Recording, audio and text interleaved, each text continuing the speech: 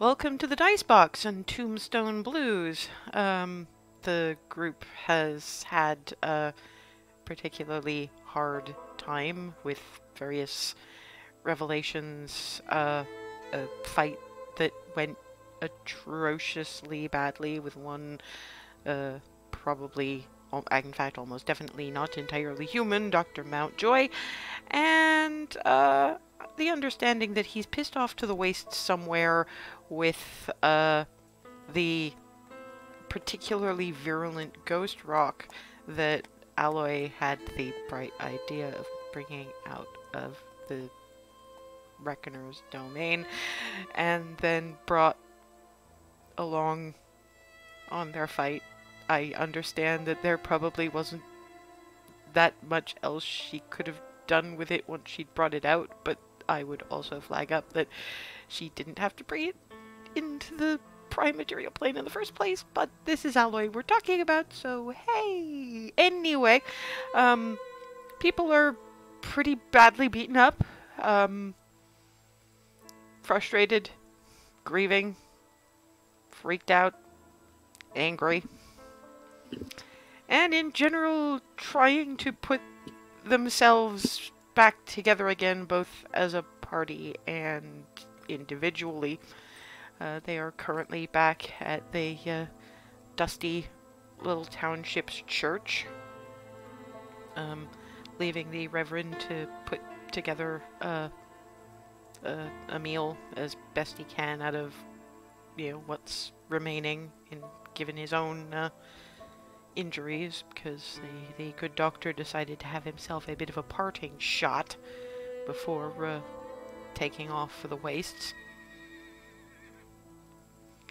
Aloy is beating the dents out of Muffin, and there are boos that sound much like whimpers, because Muffin does not like the hammer. We don't know how Muffin seems to have nerve endings, but Muffin has nerve endings, or something that maybe it's a sympathetic. It registers to me that I am supposed to not like this, so I don't like this. We don't know why this works, but Aloy created something interesting when she created Muffin. And Jillian and Reba were having starting on a bit of a chat about what next. And what happened and what the hell and whole bunches of other bits and pieces. And we didn't go very far on that because it was getting late. So that's where we are. Reba and Jillian sitting in a pew, and their conversation punctuated and partially shielded from the few remaining townsfolk by ting, ting, ting.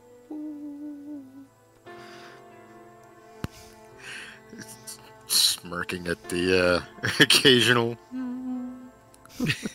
Just poor Muffin. So we're all right? I mean, yeah, things got a little heated, I know, but given the circumstances, we were all pretty frustrated. Yeah, we'll be all right.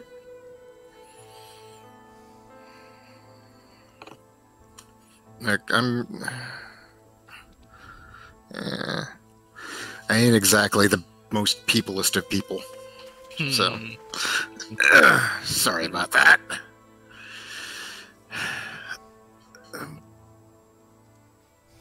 So, what do you reckon is next? I don't think we can... Reckon we get some shut-eye and then try to pick up his trail in the morning. So you do want to go ahead and continue on? Best thing we can do, and Yeah. expect Isaac will find me before I find him. So, Well, in that regard, tracking this guy down is about the only thing we have in the way of a lead to find him anyway, so... Unless we want to try to track down itchy name thing, whatever that was. And I don't really have any clue where to begin there. So That's the thing. The doctor's more here than the demon is. Hopefully. yeah, I was about to say. Do both of you want to maybe give me wisdom checks? Sure. Just looking over it. Wow. Okay. Wisdom. Oh, there it is. Nope. Funnily enough, it's Jillian who's like, we're both other directed. We're not entirely sure how we should be proceeding beyond tracking something that apparently just blips out of existence, so we wouldn't even necessarily know where to start. Us being other directed, why don't we maybe ask our respective others for guidance? Hell, even Aloy has a kind of other, if you count math, which I guess you kind of have to. You count herbs and strange chanting. Why not math? At this point, anything you could possibly ask for some kind of where do we go? What do we do? What do we do about that red shit? Because, common sense does indicate that while that was bad already, now this thing has the red shit. Guidance. I mean, the Reverend was apparently asking for some. Why not you guys? And that is Jillian's takeaway. I mean, Reba's unfortunately kind of stuck on, oh, they have the red shit.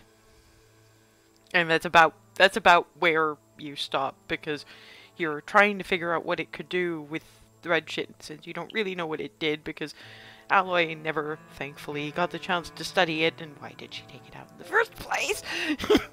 You're kind of getting stuck on bad. Whatever it is, it's bad. It's going to be bad. That was bad enough, what we just did. Whatever it can do with the red shit is just going to be worse. That's where Reba's stuck. Jillian... guidance. The Reverend did say he would be seeking out guidance. He might have a right idea there in the immediate term. Oy. Yeah.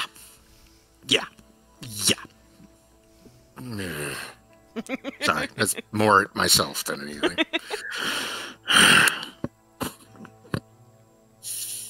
Why bring it out in the first place? I mean, I know why. It's Aloy. It's what she does. Anyway. Okay, good. I don't think you could hear that over the clang. I mean, I don't blame her, but... But you kind of do. Yeah, I don't... I mean, I know that's her, that's what she does, but at the same time...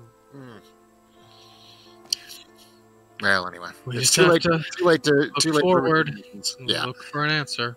Yeah, too late for recriminations, too late for beating her up over it. That wouldn't solve anything. Besides, knowing her, she feels bad enough about that as it is. It's probably why she's banging quite so hard on Muffin right now. Poor Muffin. Maybe it's a vibrational thing. Maybe he just doesn't like the way that resonates. I don't know. Got other things to think about. Yeah, you're right. But at the same time, both of you are sort of like, sometimes you do need to focus on something that's a little less horrible, just for a break.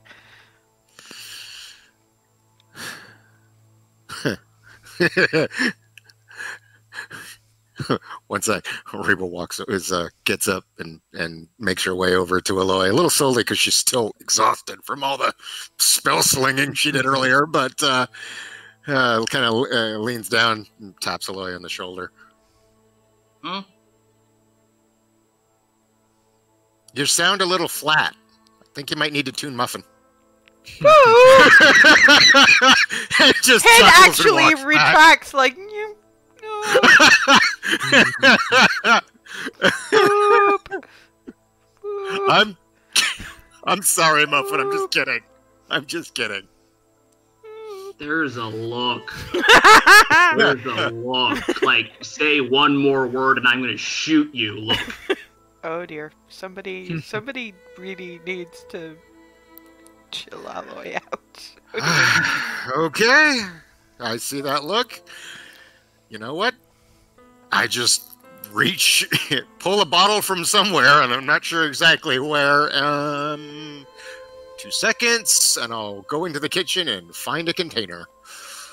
Let's see if there's any glasses left. Yeah, the Reverend is spurting through. The kitchen's largely untouched, and looks up as, can I help you with something? Yeah. Aloy's in a mood, so I need a glass. He just holds up the bottle of whatever she grabbed. I'm not sure if it was the rum, whiskey, or what, but Okay. Odds is the rum, evens is the whiskey. Cool. And that's a 15. The rum it is. You're actually shelling out the... The look that I got was, yeah, that's worth it. Yeah, hold on. Rummages to the back of a cupboard and pulls out a small chunk of chocolate. Try that and all. Probably not with if it's whiskey or... No, you're not. Okay, that's fine then. No, it's rum. That should be fine then. And gestures where the glasses are.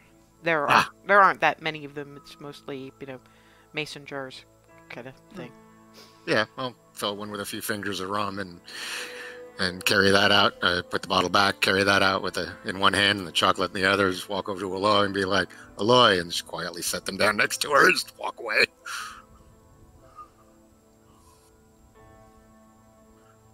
I'm going to take a drink, keep working on Muffin. Muffin actually tilts head towards the chocolate, tilts head back towards Aloy. Butts her in the shoulder with his head. That And then actually gets up and walks away. Ha! And then goes back to box formation, a little ways away, but... if you have to move anyway, you might as well have the chocolate. Chunk. Boop boop.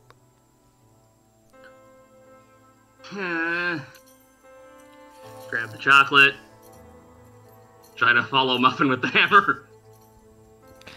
If the chocolate's not getting eaten, Muffin gets out of box formation and she's having to chase him around. Come back, Muffin, let me sit down first, then I'll do the thing. Well, if you did... Given Aloy has no wisdom, but Reba will probably gather that if she just sits down and eats the thing, he'll come back.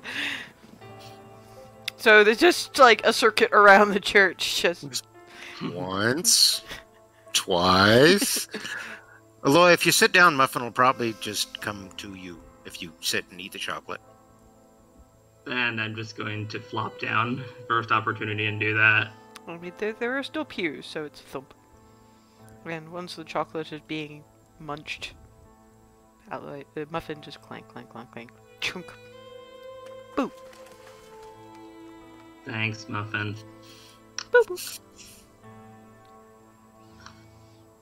Muffin is Aloy's guardian. Muffin will guard against all things, including crappy mood. Boop, boop. Also, Muffin's getting pets now. Thankfully, there's not that much more work to be done with the hammer anyway. So. Muffin's got the right idea. And so do you. Looking at Jillian. I don't know where would be a good spot. I'm loath to want to Much as I never thought I'd say this about a church, I'm loath to want to leave, given the circumstances. Boop, We boop. still don't know what that thing was in that house, and if doing what we did dissipated it at all. Well, the dust storm does look a little less dusty than it was when you first came. Not much, but that might just be a product of where you are. In any case, Muffin sort of tilts head to you. Boop, boop. Boop, boop, boop, boop, boop, boop. Apparently, Muffin is offering to protect you.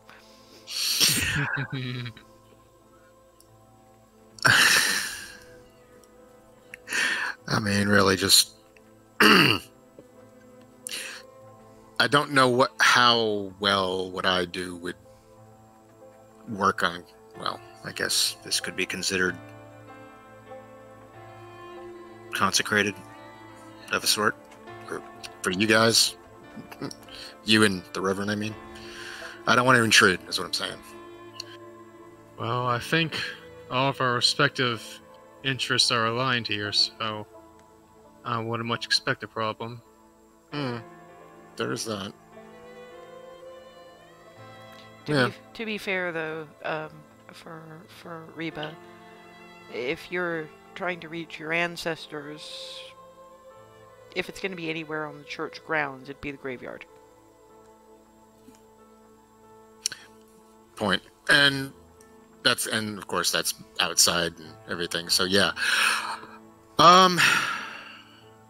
Aloy.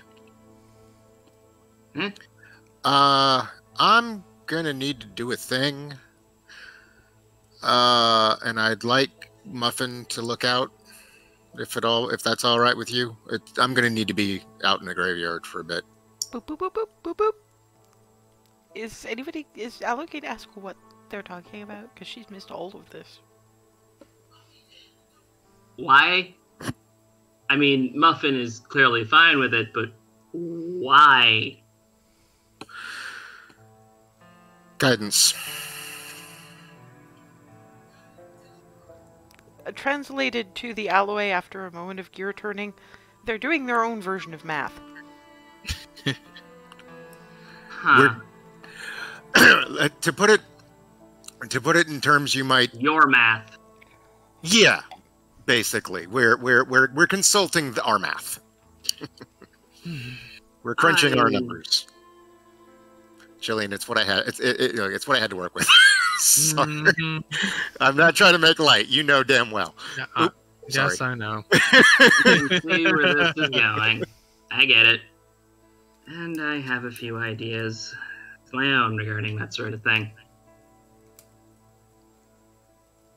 Mind you, I could honestly use more than a running stopover in the average blacksmithy place to do what I want to do, but I can still work with any space available for now. So if I find somewhere to crunch some numbers, do some math, and work on my stuff while you are doing that, I might be able to piece together some improvements. Given Jillian is more or less the de facto leader of this happy band of yahoos, it will occur that you're all tired, you're all injured, food is coming, so your best bet would probably be for, while Reba and Jillian do their respective form of prayers, let Aloy do what she tends to call the theoretical, and then you guys can watch out for her out in the main town while she's working on the practical.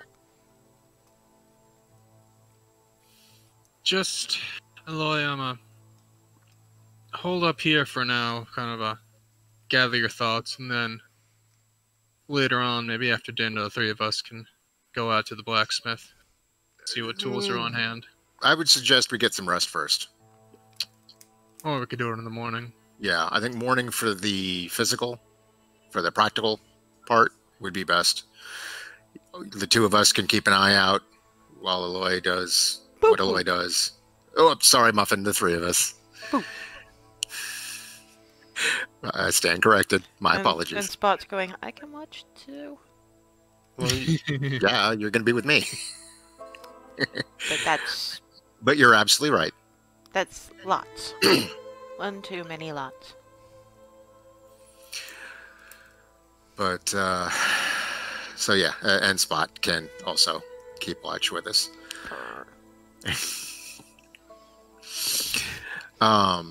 But yeah, we'll do that shortly after we get up in the morning.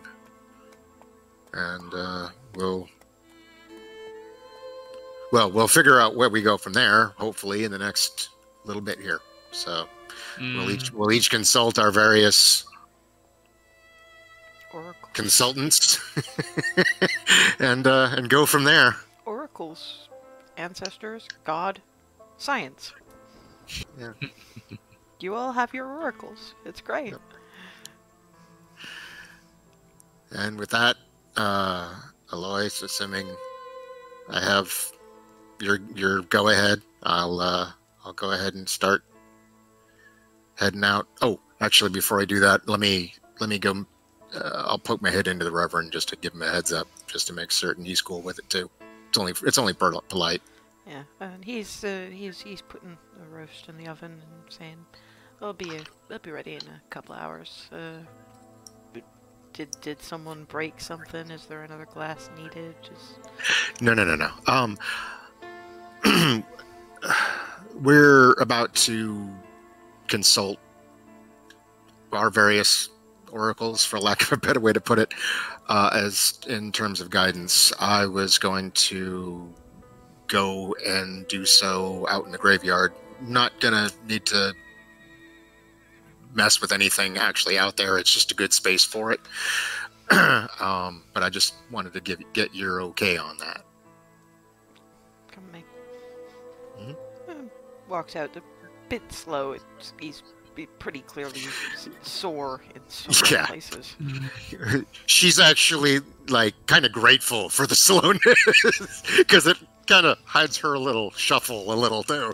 And well, Muffin's clanking along next to you all, and there's a spot towards the back, which is out of the view of most townspeople, anyone coming in to, worship or pay their respects, but still tended well enough to be honored exactly, and it's not your standard graveyard. It's more what you're used to. Cairns and the occasional tree, which not your tribe, but some tribes plant trees alongside their more revered elders, just to honor them, really.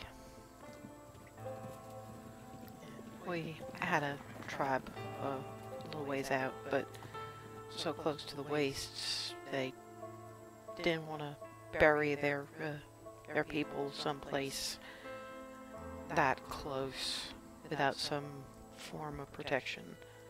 This was the compromise we could offer. We didn't want to intrude on their burial practices, nor did anyone want their dead being subjected to getting up and walking.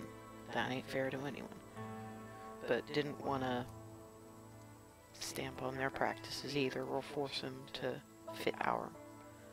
So I set up this. I figure I have my beliefs. I don't know if there's room for others, but I ain't been told otherwise. But whether or not it's true or not, it's still respecting those who are here. I just thought this might be a better spot for you than you might feel more comfortable. Thank you. You're a good man. I think a lot of people forget that that's what it's supposed to be about in the end. Judge not. I'll leave you to your communion, for lack of a better word. Sort of largely limps back into the church. And Muffin goes sort of to the edge, sidle, looking at Reba like, is this far enough? Is this far enough? Is this far enough? I'll walk up to Muffin, put my hand on against Muffin's side, and walk to whatever spot is best for this. As a player, I have no idea, but Oh, there's generally a spot in the middle where you can set up a small fire, and it's a place where you can offer sort of herbs and things as a kind of a sacrifice to the spirits kind of thing. It seems like Muffin is actually trying to give you space rather than trying to figure out where you're going to go. So it really is just sidling backwards in a really amusing kind of way. He wasn't really meant to walk backwards. Right there. Perfect. Box formation. Mhm. Boop. And then starts. She's gonna look around, walk over to Muffin, and just hug, and then go back and finish prepping and getting everything ready. Spot asks, "Do I stay with you or do I stay with the metal box?"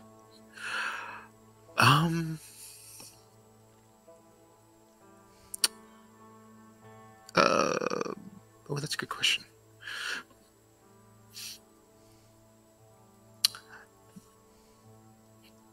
Stay close.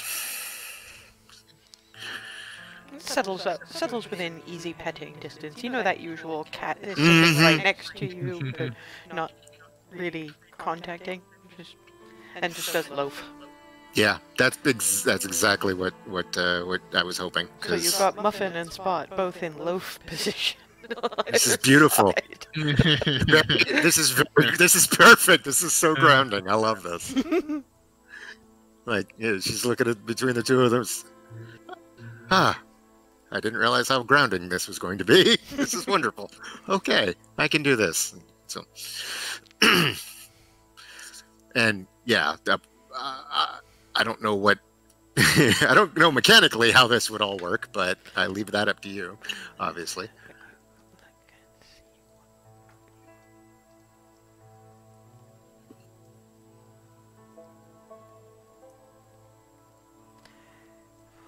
Well, what we'll do is something like divination. Something like, because you don't have it yet. We may have to see about that later on, because you guys are due for an upgrade.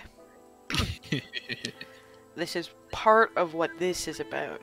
Figuring out where the upgrades will go. But basically, Reba burns her sacred herbs, breathes in the smoke, and meditates and asks her ancestors a question.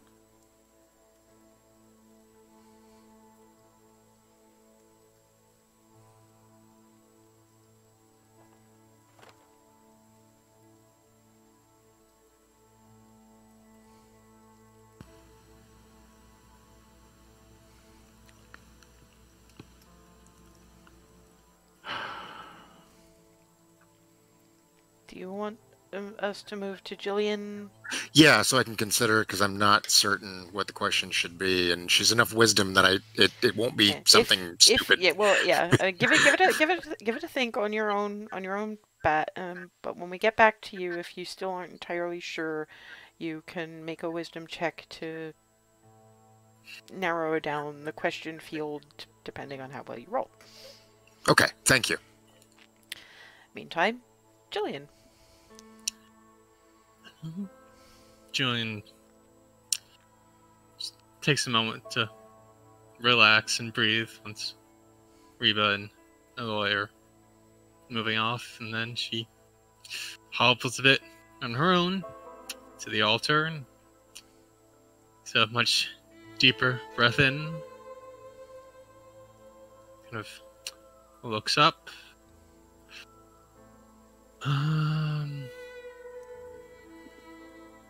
Lord, I have tried to do everything I can with what you gave to me in the Word, and by and large it's been enough before, and having Aloy and Reba with me these last months has been enough, but what's happened, it's beyond my reckoning, I think, and I am trying, but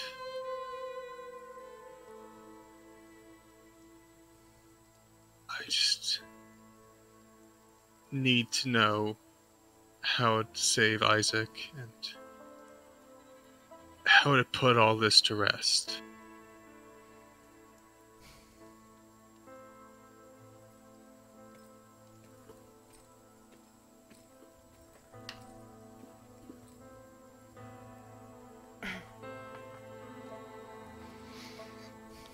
What comes to Jillian is you will wander in the wilderness with your allies at your side. There you will find understanding.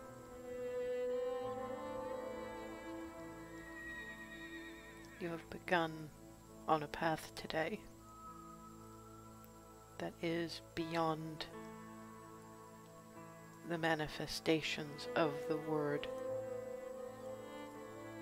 as they have been used thus far.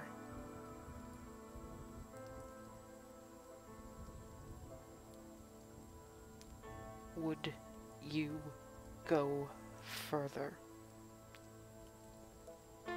Would you look beyond your gun?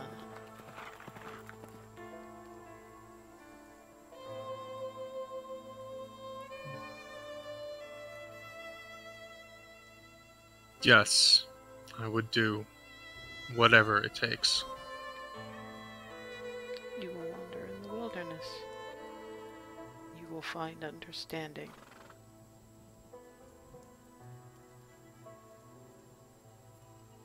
You will go into the west.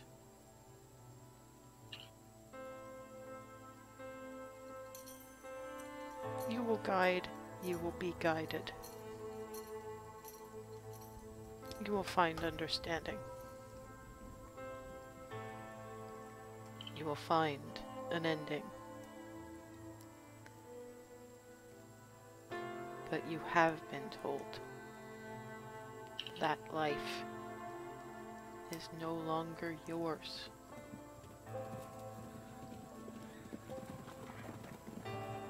Howsoever this ends, it does not end with your life returning to what it was. It no longer can.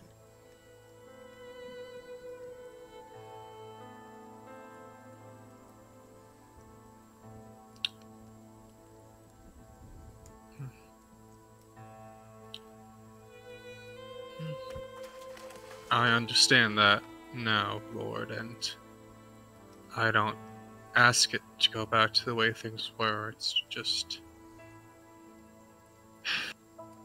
You would save him. I have to save him.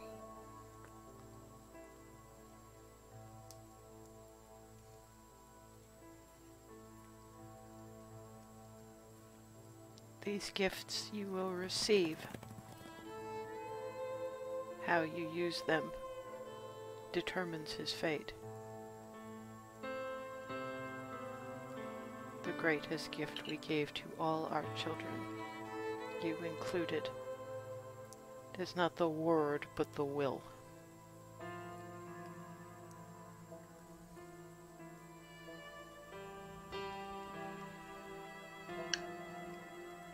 the will and the wisdom.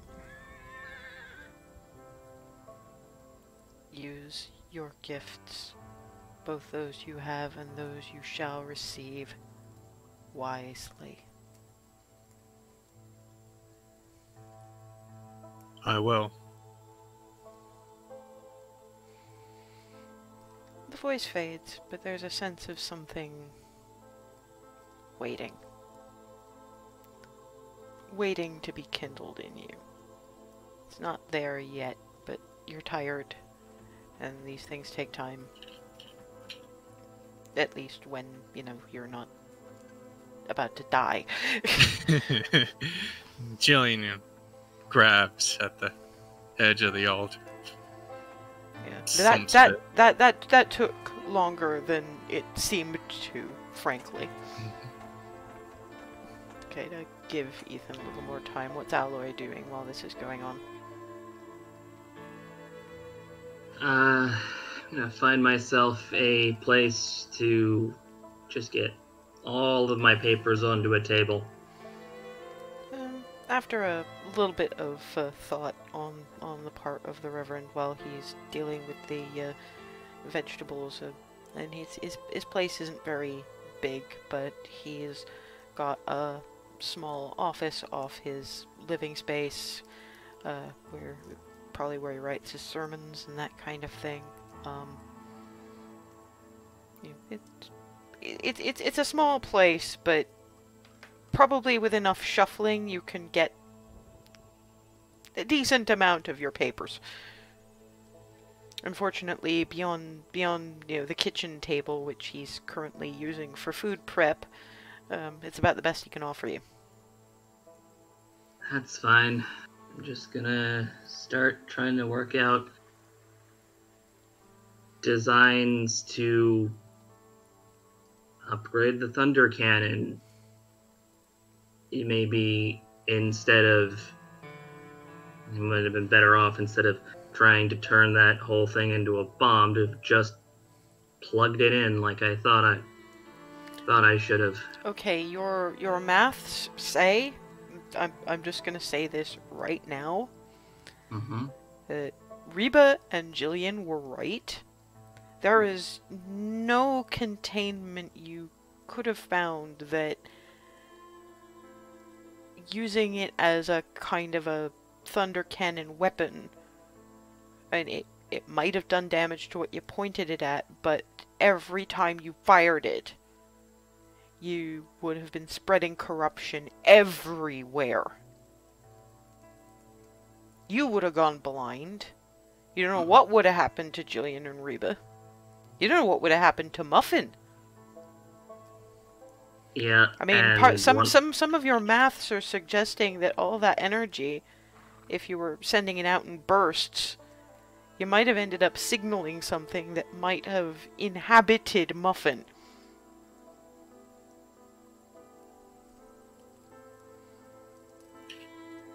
That's just a full stop. For everything else, I'm gonna say an investigation check.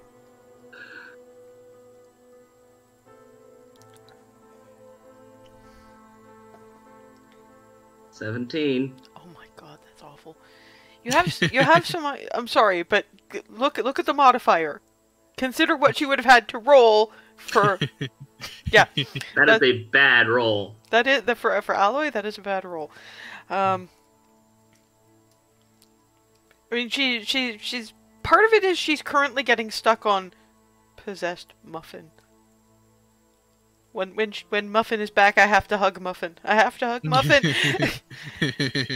But I mean, you have some ideas with that roll. You have some definite ideas, but without knowing what the blacksmith shop in this town looks like, you don't know how many of them are feasible and how many of them are blue skying. I mean, you understand that you're never going to have a lab, and it's always going to be blacksmith shops and whatever you can put together through them, but you've seen really good blacksmith shops and you've seen really bad blacksmith shops, and while you know this was once a prosperous town and thus might have a good blacksmith, might have had a good blacksmith, you don't even know if the blacksmith's still alive.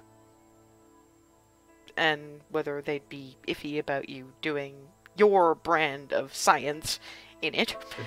And B, you don't know if it's been left to disrepair. I mean, what happens if the tools are drained and aged and crumbly the way the things in that house were?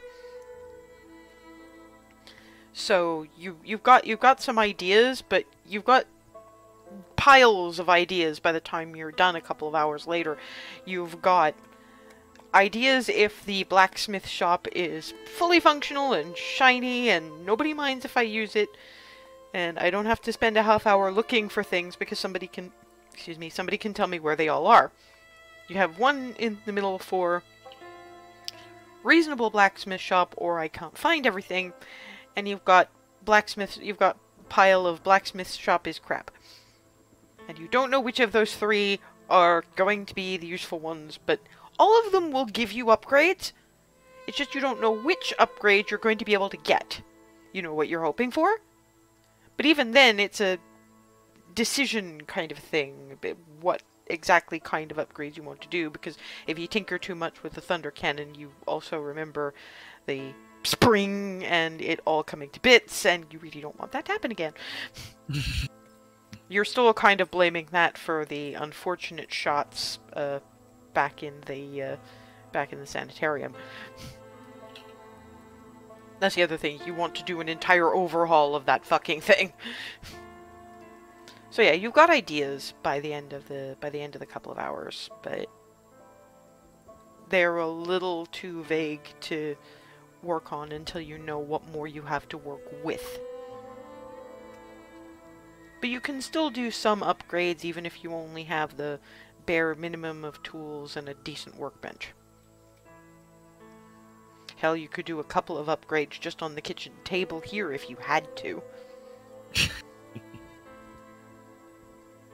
Well, that just says you're gonna have to wait till tomorrow to pull the lever on the randomizer, I guess. For the record, Smeagol, did you have any specifics of upgrades, or did you just want it to pack more boom? Hadn't gotten really much further other than boom, and just... yeah, hadn't really gotten much further than boom and actually being able to hit. Okay, I mean, just about every place will be able to let you... I mean, okay, the kitchen table would involve being able to hit better. Crappy lab would be aim better and more boom. Ramping up from there are a couple of additional upgrades that I haven't specified yet, but I have in mind, which we'll discuss at greater length a little bit closer to the time when you see what the what the workspace looks like and what options are available to you.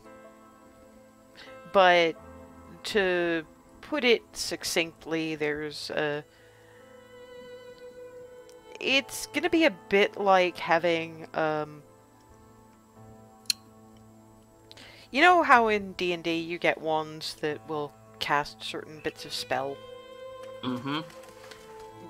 Think that and Guild Wars 2 Engineer. Various spells that are basically alternate gun configurations. Yeah.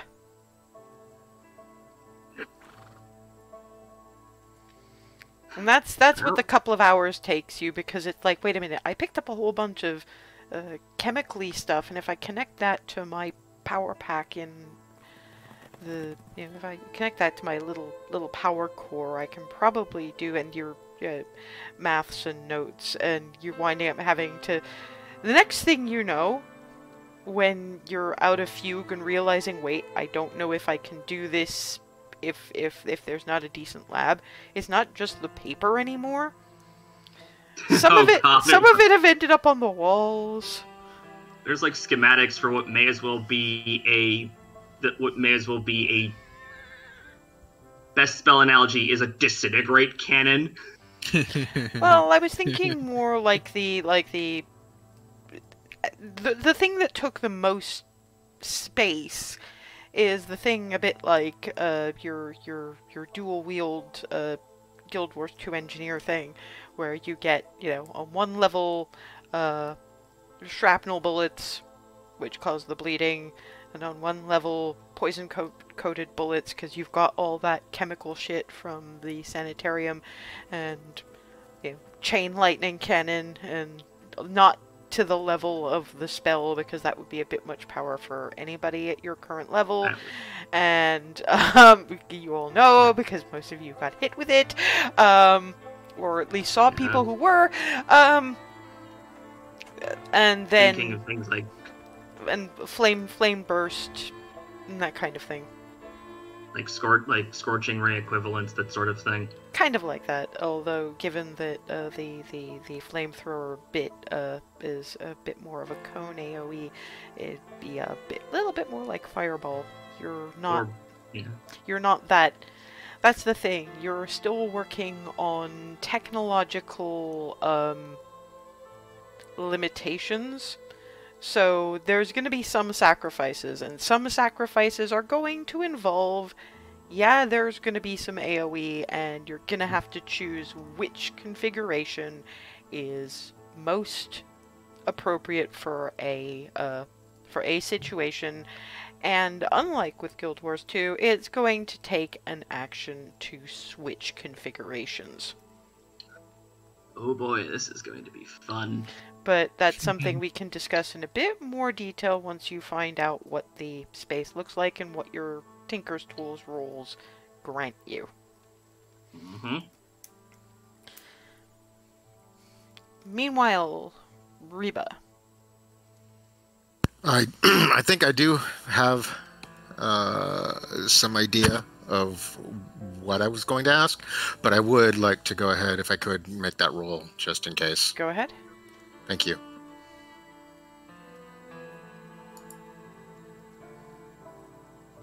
Okay, what was the question you were going to ask?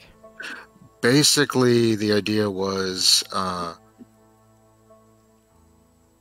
how can we track this person being into the wastes, see this to its end with the three of us being safe when all is said and done?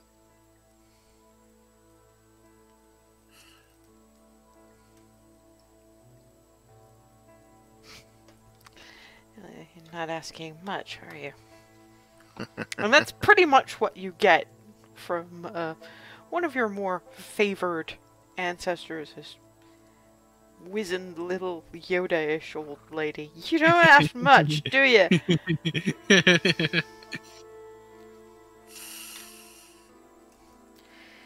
You know as well as anyone, there ain't no safe way to stalk Crossroads. I reckon what you want to ask, child, is how you gonna find him in the first place.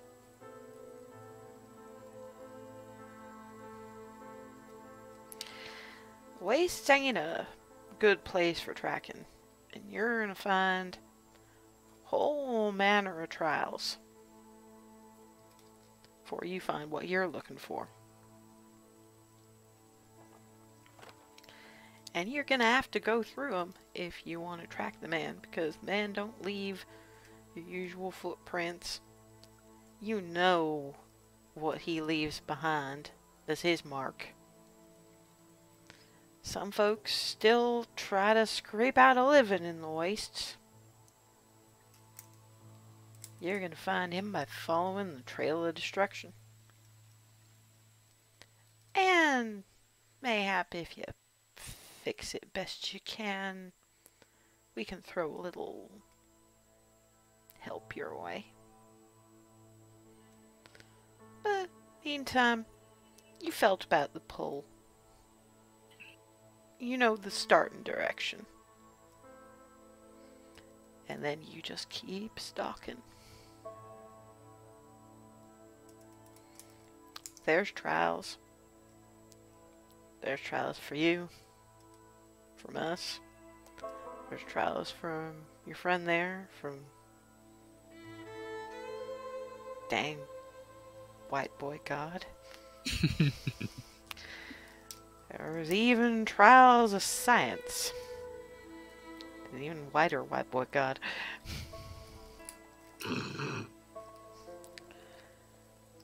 But you gotta go through them all if you want the strength to do the fighting.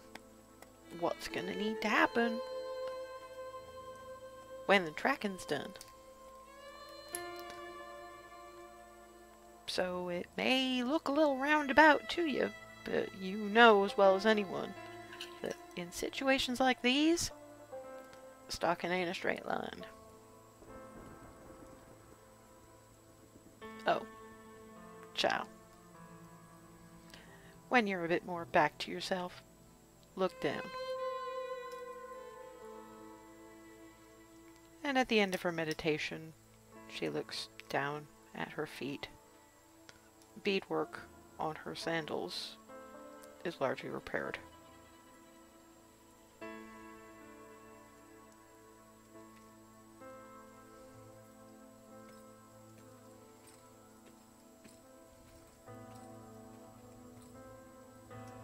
Just a really big sigh and closes her eyes and just like, can I hold it together? And Ethan done froze. Oh, there you go. Yeah, you froze there, so we probably lost something from you. Yeah, in her head, she's kind of going, I'm gonna hold it together. I'm gonna hold it together. She's not saying that out loud, but just like, because that meant a lot. And that's probably leaving some of the rum as an offering. Again. Because I did know what you were doing, by the way. I've done it a time or two myself for different entities, so to speak. Yeah. For me, it's usually jelly beans for Ganesh. Yeah. That's amazing. Was it jelly beans? Something else. I can't place what it was anymore. But anyway, yeah. We Yeah, did that in the Google apartment. Yeah, for, I know that for Legba it's usually the strongest, nastiest rum you can find and dark chocolate, but Ganesh is a little less picky, but given, you know, god of new beginnings and obstacles, and the transcendence thereof, yeah, Ganesh is getting a lot of jelly beans. Many jelly beans. I could use some obstacles being removed.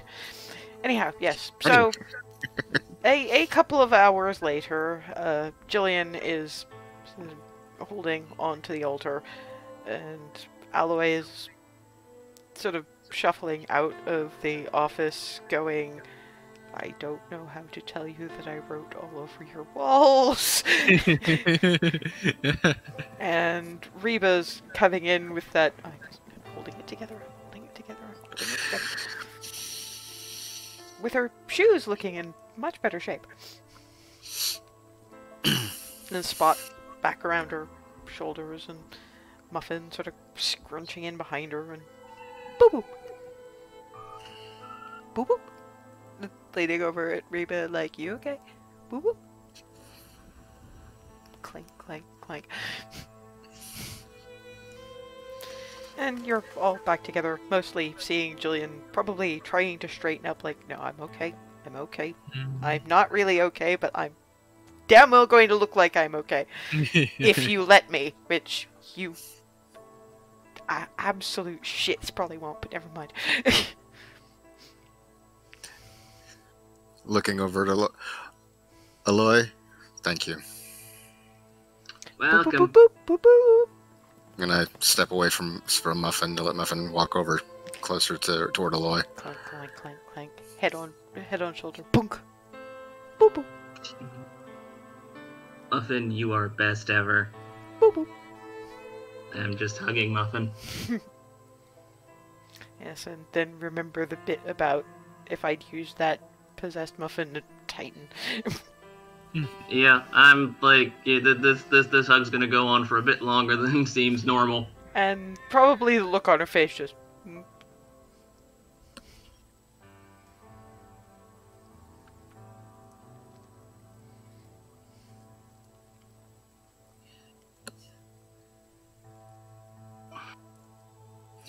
Okay. Yeah, she doesn't want to talk about it. As far as Reba can tell, y'all are going to have to talk about it, and in as much detail as you can possibly bring yourselves to, because, and let's face it, Aloy is intelligent enough to know that giving some indication of what that red shit can do is important. Yeah, she just does when she's having that muffin moment. Yeah, when she she's just having doesn't that want to moment. clarify. Yeah. Not at that point, anyway. No, there's a time and a place for trying to explain that, and not when she's Hugging Muffin, yes. Face first with muffin. And still a little all over the place up in the brain pan. Okay. Muffin hugging. You look like... I'm not going to say it, considering where we are. And I'm holding it together.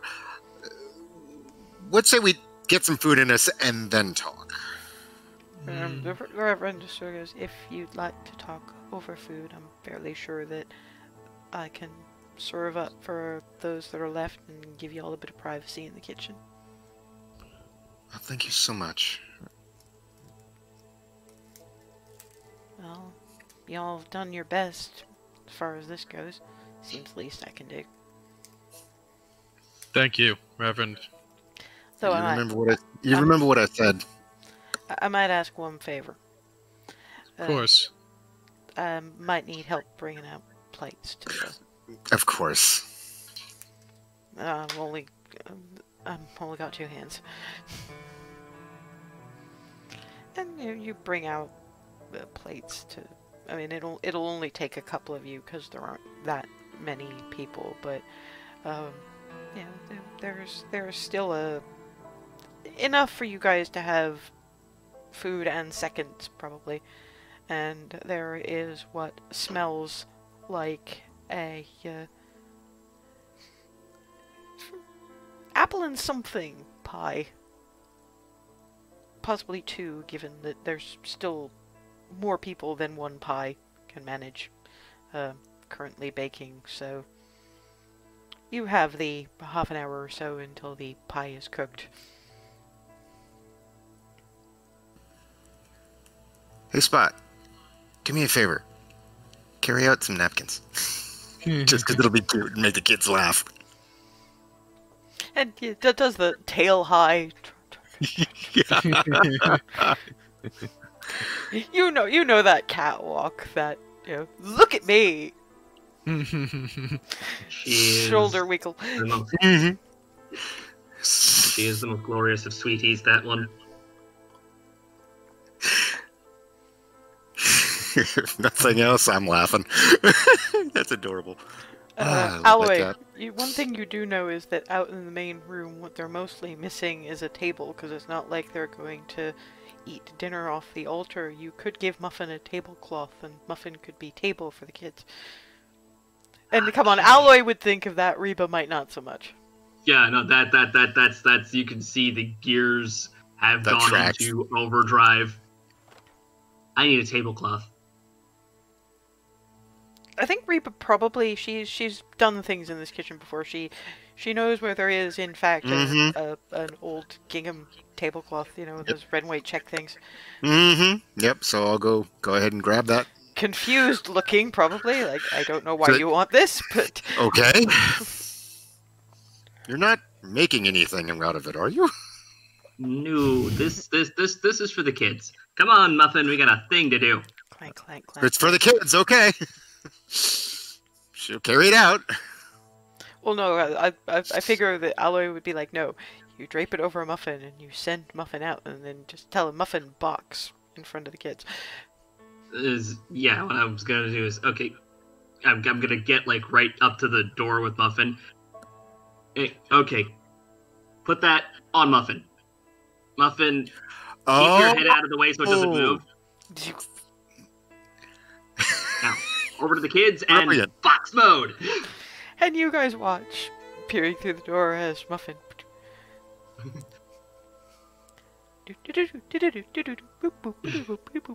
Chunk. The kids are just laughing their heads off. Particularly as Spot lands in each and every one of their laps with napkins. The kids take napkins, which they kind of have to use on their eyes because they're laughing so hard at this point.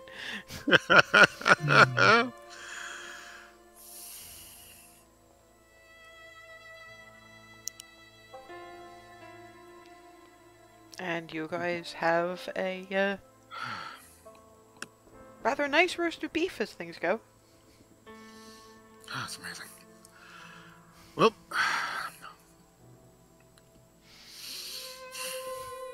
of the three of us, I think I'm probably most together. There's going to be trials if we proceed. I'm assuming we're all of a like mind and we're going into the wastes to find this person, so to speak. I mean,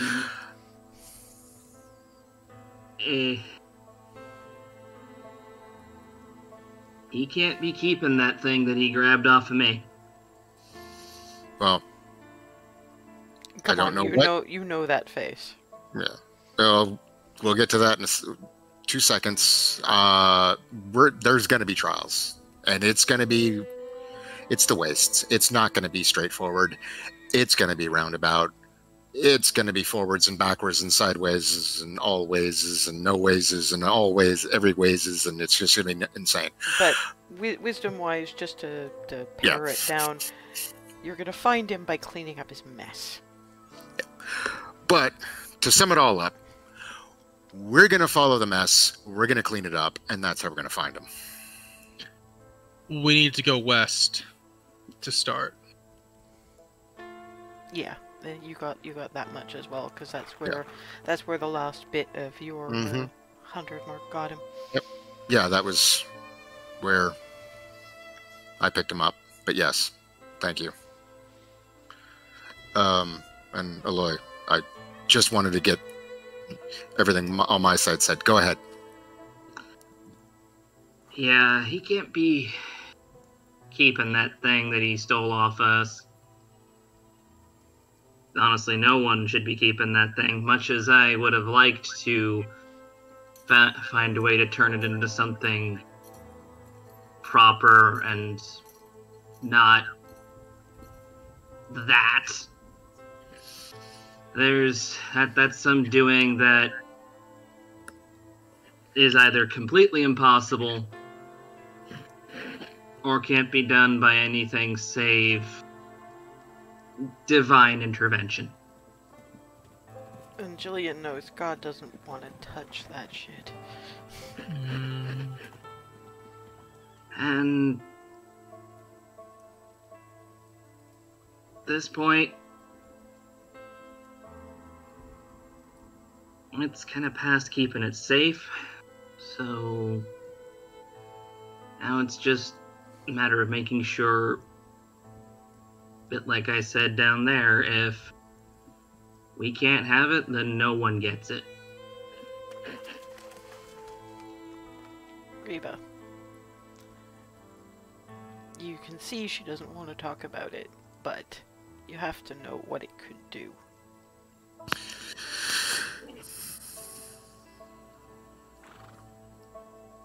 You were hugging Muffin an awful long time.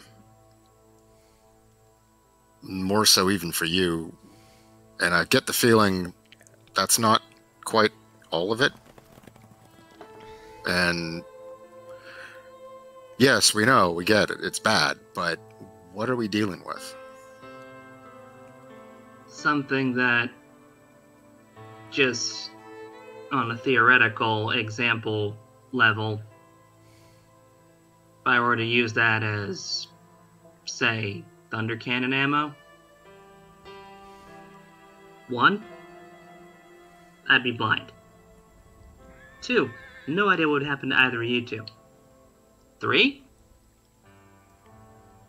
it's basically a beacon.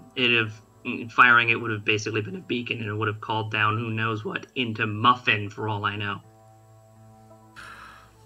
Okay, well, that explains the reaction. I'm sorry. Wow. Oh, boy. Yeah, definitely can't be having that. Muffin special.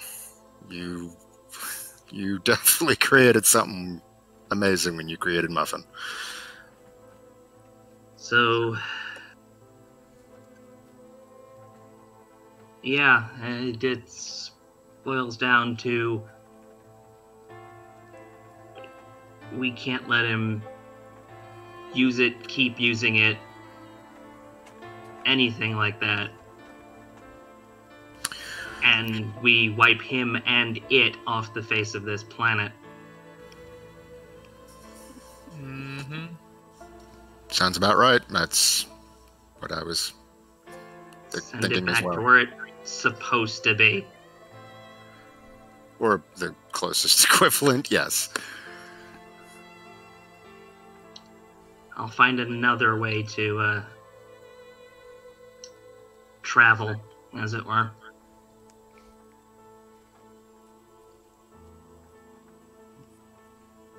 And, well, after figuring that out, I just went full bore into upgrades.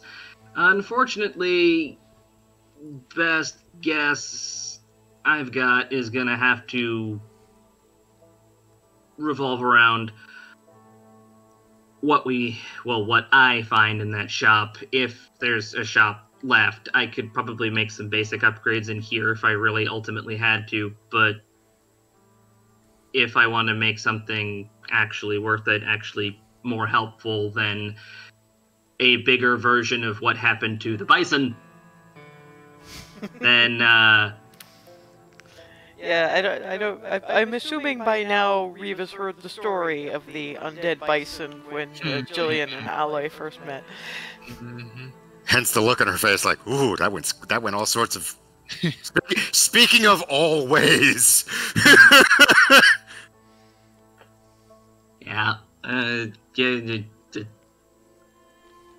methodology that doesn't involve causing bits and pieces to end up everywhere. Mind you, it would still wind up everywhere, just in ashes instead of in pieces. That would be preferable. Something like that, yes. Jillian, are you... Yeah, Jillian has found herself absolutely ravenous, by the way. So most of this has been any few little comments she's made throughout all this time have been between bites of roast. The lion's share of the seconds went to her. Yeah, Reba just sort of slid them over. I mean, pulled a few morsels aside for Spot, but. Because Jillian took the worst of the wounding, and let's face it, she wound up in like nowhere plane, blinded, all manner of other shit. and then the talk with the Lord was kind of draining. So now it's just, you've got the first plate and a half, and now you're feeling better enough to actually be able to say words. Like I said, I need to go west, and things should become clearer in time. Jillian, I have to explain. If I have to explain, so do you. Yeah. Thank you, Aloy. The Lord doesn't explain things like mathematicals, Aloy. Do your damn best. He said to go west, and that we would wander, and then we would find what we need to find and understand what we need to understand.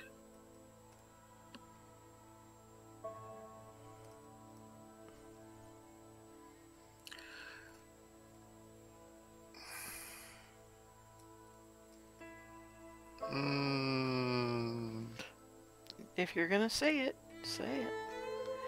Yeah, that was a nat 20. You're saying it.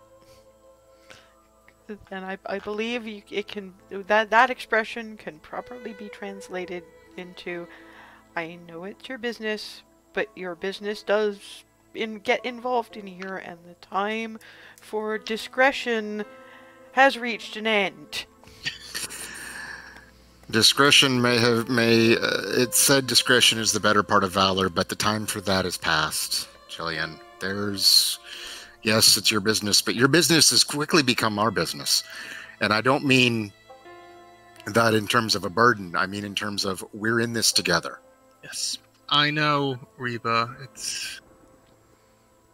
We were talking about me and Isaac and where I came from and what I'm not going back to.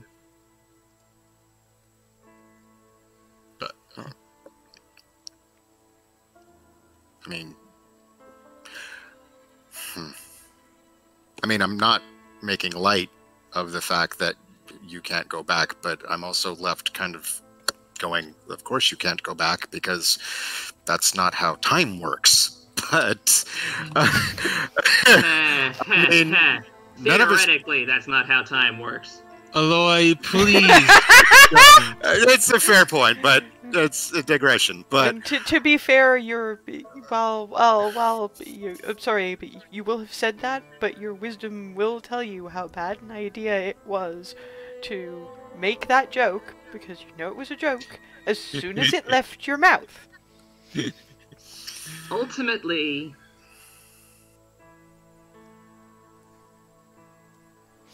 you can't go back. Take what you have and what you can get with you. As in, if you can save him, don't just assume it'll be to send him back to wherever.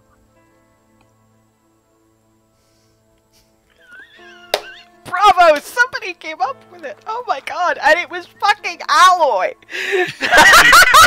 Him with you.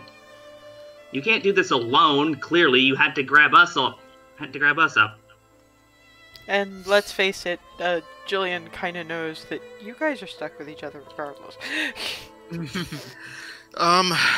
But look, a fourth clearly helped round out the party. Look at Caleb. Yeah. Let's put it this way. When I made my inquiries, I intentionally put the two of you in them. We're stuck with each other. And yeah, Aloy's right. Aloy's right. Sorry, can you repeat that? You were talking over each other again. I didn't doubt that by any means. I'm not saying you didn't. I'm just, it needs to be, these are things that need to be said just to have them said. So, and yeah, Aloy's right. The way I put it was I just wanted all of this safe. We're stuck with each other at least until that's the case. And I told you we would do I told you that I would do my best to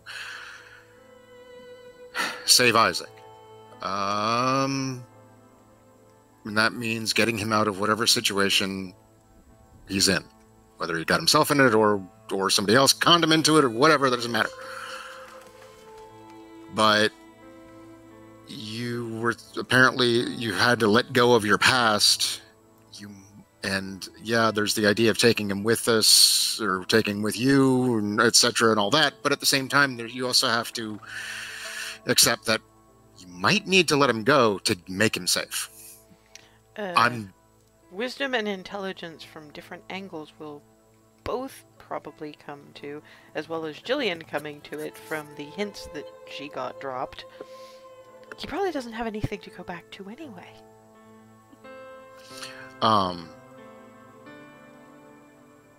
But, I mean, yeah, probably doesn't have anything to go back to himself. But, His path may not be with us, is all I'm saying. And that might be something that needs to be accepted as well. Still going to do everything we can to save him. Just saying, it might not be with us. I kind of hope it is. I can't make a decision about his path for him, and I can't think to until I've saved him. Right. Aloy, because you were the one who came up with this, the fact that he got conned into this because he was trying to find a way to bring Jillian back, because you would have picked that much up, suggests that if he can be saved, wouldn't it be better for him to stay with her so shit doesn't get to him again? If he can... okay. Going to make a lot of assumptions here and a lot of theoreticals, so none of the until I do X thing for now. Assume he's savable, it would be better for him to just go with you. Because if he goes anywhere else, what's to stop some other thing from attempting to hijack him? Reba, wisdom. He loves her.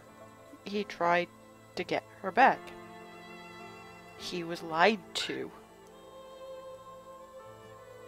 If he is saved and lives through that saving,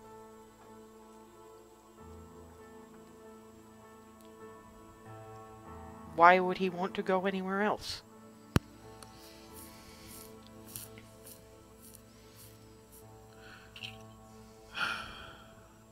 He did all this in his way for you. So yeah, he's not going to want to go anywhere. Jillian slouches back against the chair.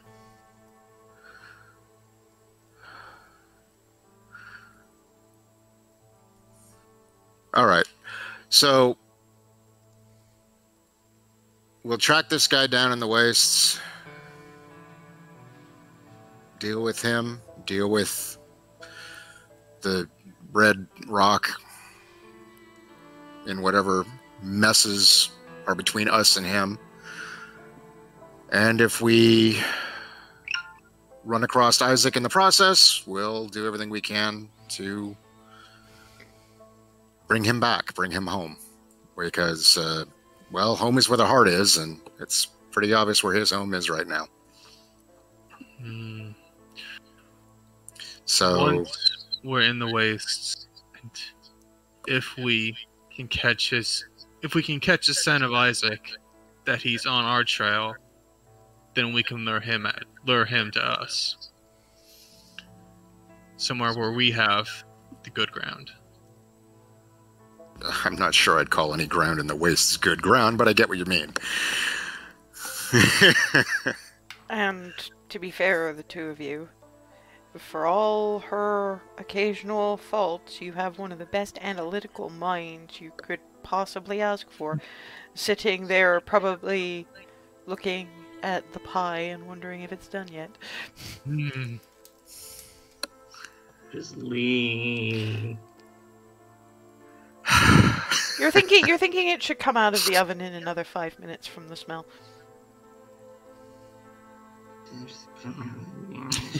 You see her doing the math, and actually probably writing motions in the air. Yeah. Just like gestures and.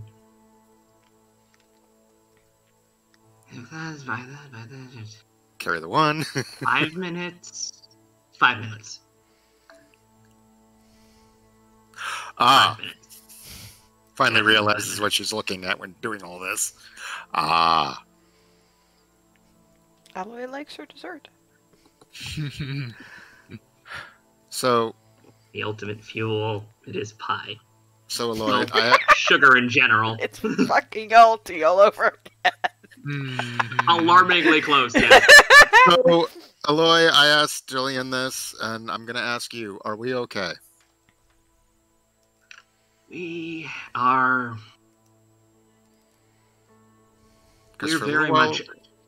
We're very much okay. Look, there are things I want that, in the way things are now, are pretty unattainable. I want to be able to stop somewhere and not get thrown out for something exploding. I want a place where I can take the time to find my way to travel. I want to see more than just this ball of rock we're standing on.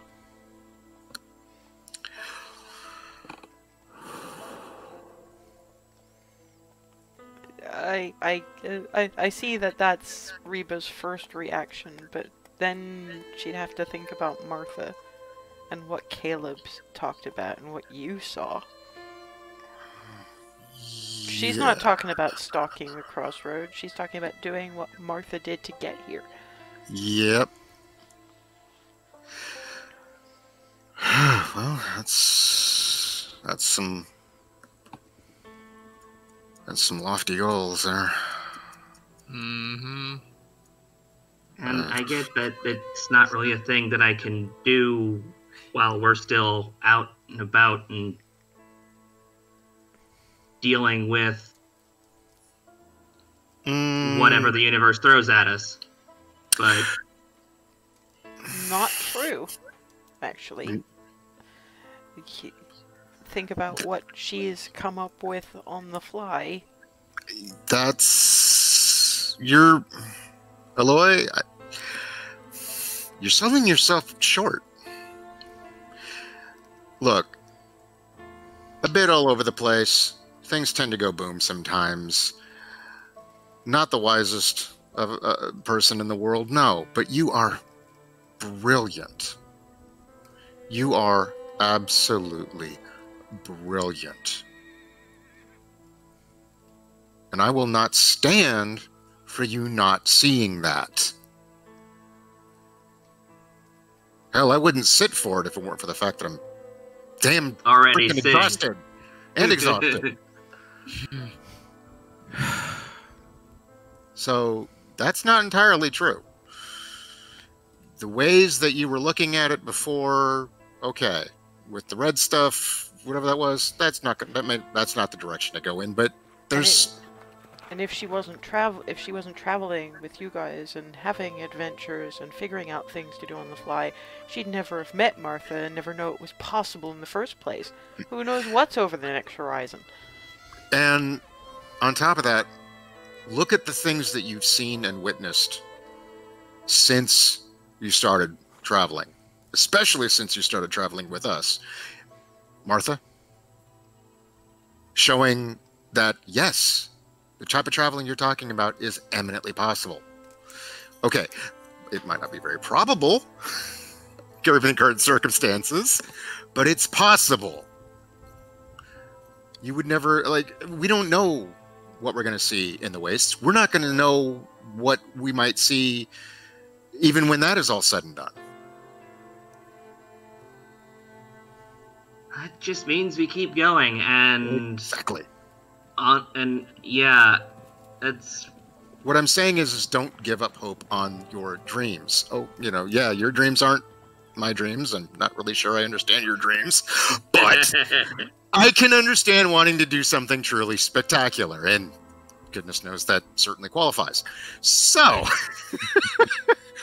but you're traveling with us, and I definitely think that by doing so, it will get you closer to your dreams than farther away from them. Aloy, for just straight up intelligence, once you've got this particular bit sorted out, you guys have got to start taking paying work again.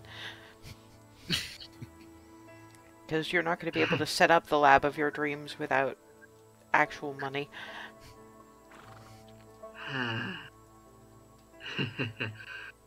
After this... Also, you want to put a bullet through your parents' heads and you're hoping for help. Once we get this particular situation sorted out, we're going to need paying work again. Because, I mean, yeah, traveling around is definitely going to put more, I guess. Well, no, it's going to show me more of the variables to how to do what I want to do.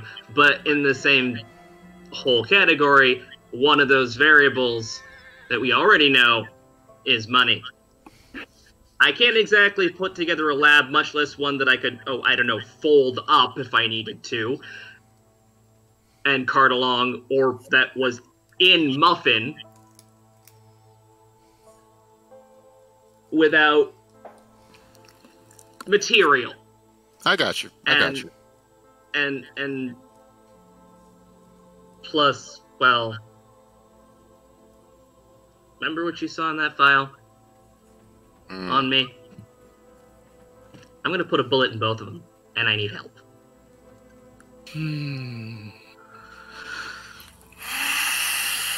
To be fair, Jillian, they know exactly what they were trucking with, and this is more bullshit of the same variety. And they could talk about doing other stuff all they want. You're stuck with this.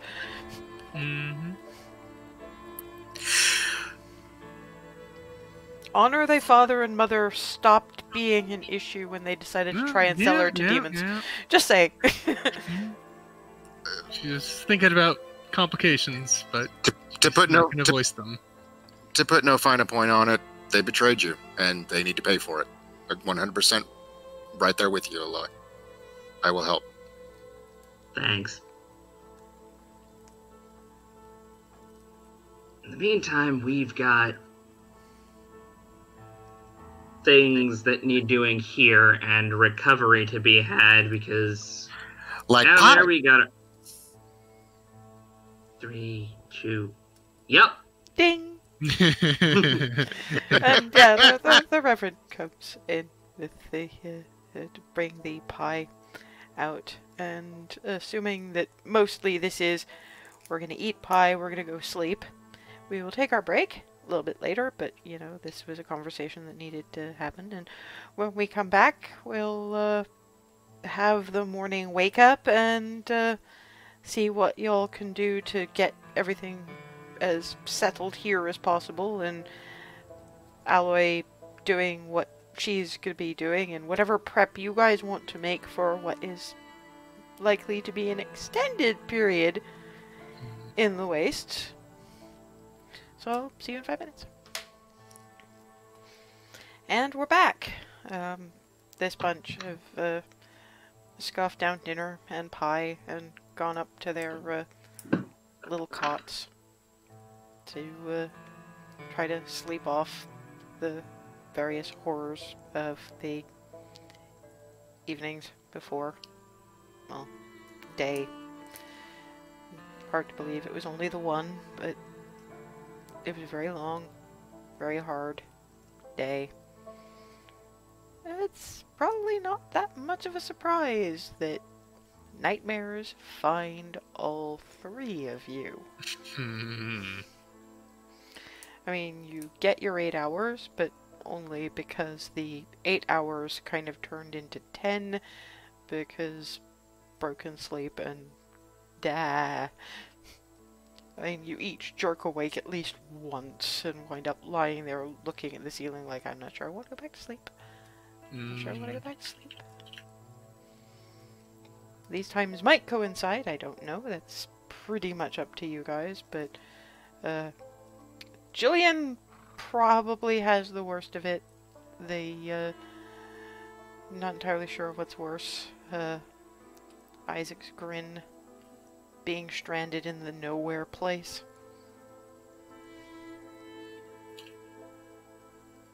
Being struck blind and silent. Aloy, of course, has flashbacks of what she went through, what she would have gone through, how much worse it could have got, what she might have become.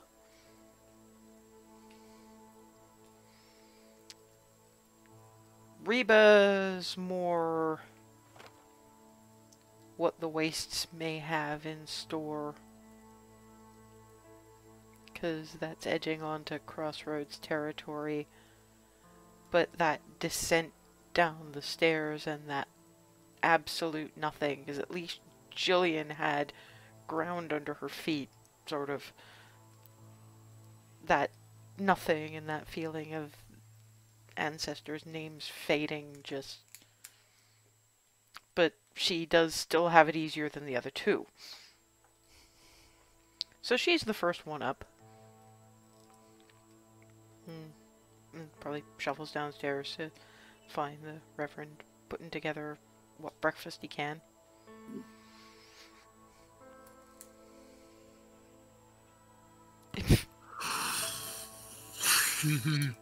Sorry. You alright there?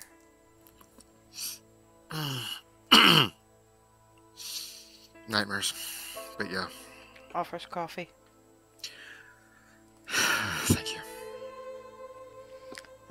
Imagine the other two will be down shortly-ish. Yeah, they might be in much the same. I think I heard at least one of them jostle much the same as me at one point when I happened to be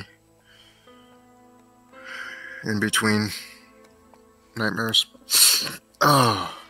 Well, a rough time for everyone. Y'all most of all, given where you went. Yeah. Not that I know anything about what y'all did or went through, but I reckon that place is not. Kinda glad I never tried to go in myself. Glad you never did it as well. We did raze it to the ground. Well, that's something. So that's not to say that somebody might not try to do something with it, but we did what we could. Well, if you raised it as bad as you say, I don't reckon there's all that much left to do anything with. That was the idea. But keep an eye. Some of the townsfolk are going through town, seeing what supplies are available. I'm not trying to rush you, but I get the impression that y'all are going to want to be on your way. And Yeah. resupply is going to be a problem. So they're looking to see what we can spare for y'all. Oh, that's so sweet and appreciated and necessary. Well, you did the town a service. Don't say it. You did what you could. Yeah. I mean, yeah. If not for, I can say if not for us, it would have been worse. So, I'm just glad, I'm glad that it went as, I'm glad that y'all are as okay as can be. We'll keep on keeping on. Maybe, I mean, dust hasn't entirely settled, but it's not as... And it's still at that level it was last night, but that's still not as bad as it was when you rode in. Figure it's probably going to be that way for... Well, you're that close to the wastes. It's always going to be a creepy, dusty little town. It doesn't feel as unnatural as it did. Well, I reckon you'd have to go further out into town to know for sure, but I reckon that I don't know that we're going to be as prosperous as we were, but maybe we can still make some kind of life. I hope so. Too many people have lost too much to not give it a shot.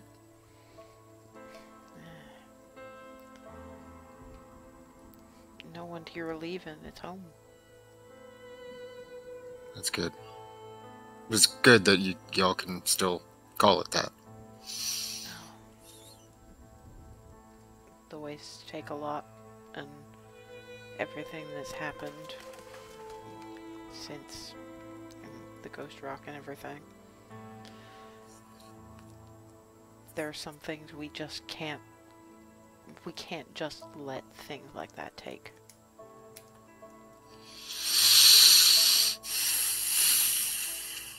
So I reckon I stand sentinel. I'll drink to that. Yeah. Jillian's probably down next. Just just sort of wake up from the last bit of nightmare. Okay, I'm more or less rested. I'm not trying that again. And steps downstairs, and the Reverend offers coffee without a word. Jillian just nods. She's still groggy. Shuffles somewhere to sit. Yeah, there's still the table.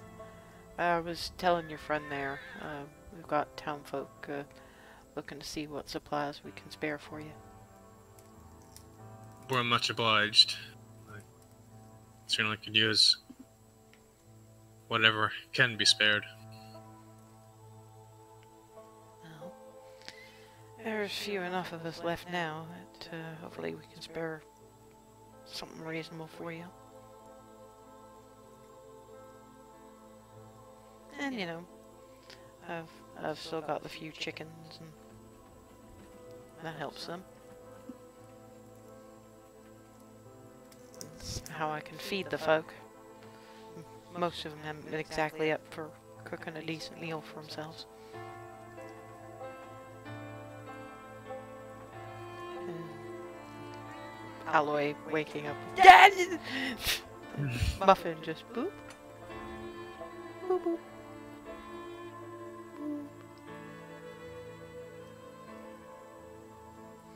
You're muted. Just sort of grumbling and thanks, Muffin. Come here, you. Yeah, Muffin had a bit of a difficulty trying to squish in, but did actually manage it with a little bit of scrape damage to the doors. But Muffin was not going to be left, and the scrabbling up the stairs was amusing. Yeah, nothing I can't fix later anyway. Yeah, and yeah, the Reverend was like, you know, you all seem to need some manner of comfort, and if there's some scrapes to the door jambs, But yeah, you guys hear Muffin get whoop, whoop, clunk, clunk, clunk, clunk, clunk, clunk, clunk down the stairs. Yep, sounds like Aloy's awake. I've gotten my stuff together, and I'm gonna stumble down the stairs. And the Reverend offers coffee. Praise the glories of bean juice.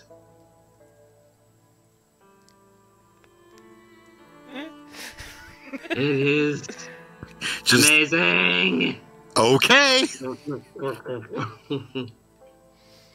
The guzzling is getting a bit of a look because coffee is kind of expensive here, and the fact that it's just...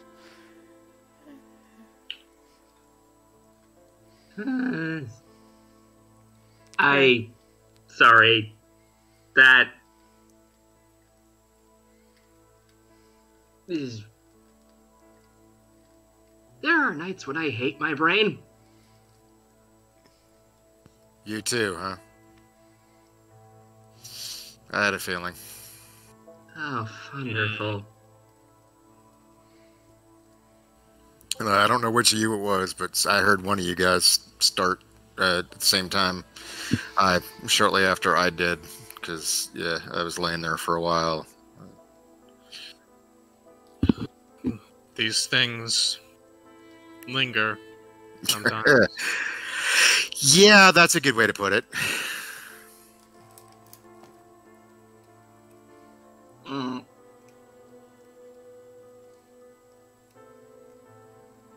We were out for 10 rather than 8. Yeah, I thought you were a little later up than I'd expected, but that gave me some time to put together something that might be a little bit comforting for y'all. You get waffles. Waffles and bacon. And cornbread.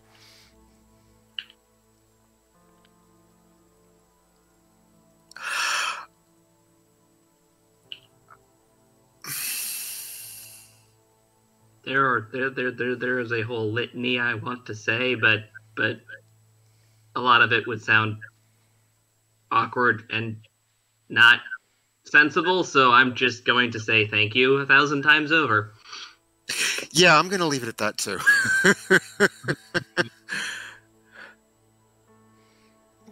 A church ain't... A church is given a comfort shouldn't just be prayer.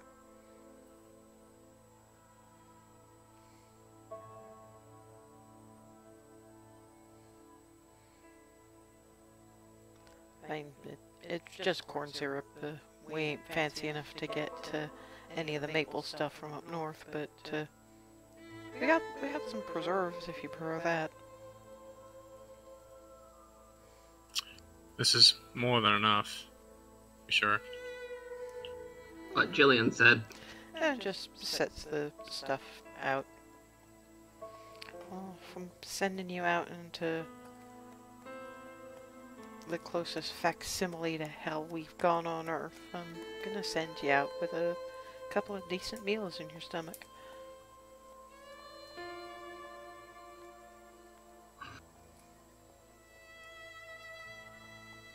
As prior, 1,000 times over, thank you. And you set the plates down. Now eat it before it gets cold. Yeah, I'm just gonna follow that advice. Hmm. And while you all are eating, it gives a general indication of where the blacksmith shop is in town. It's sort of at the edge of the main drag. You probably passed it going in. Blacksmith himself ain't been seen in about a month. Poor man was running himself ragged trying to keep the place repaired. Could never keep ahead of it, but he tried.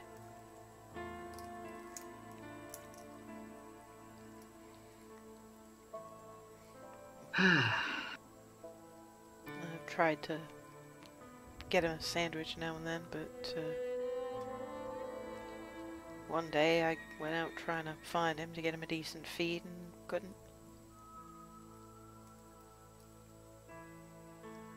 Well, here's to hoping.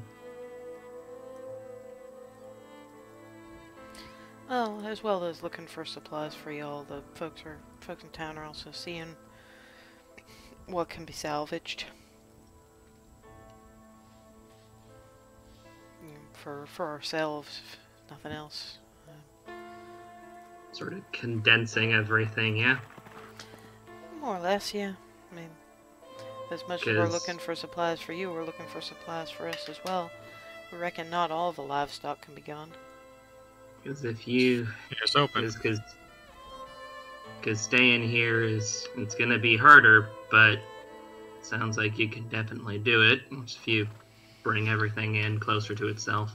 If nothing else, though, you know, even if it weren't home to us, which of course it is, somebody's got to stand sentinel this close to the waste. Those of us who serve got our own ways of doing it. Some of us walk the earth. Some of us stand sentinels at the gate.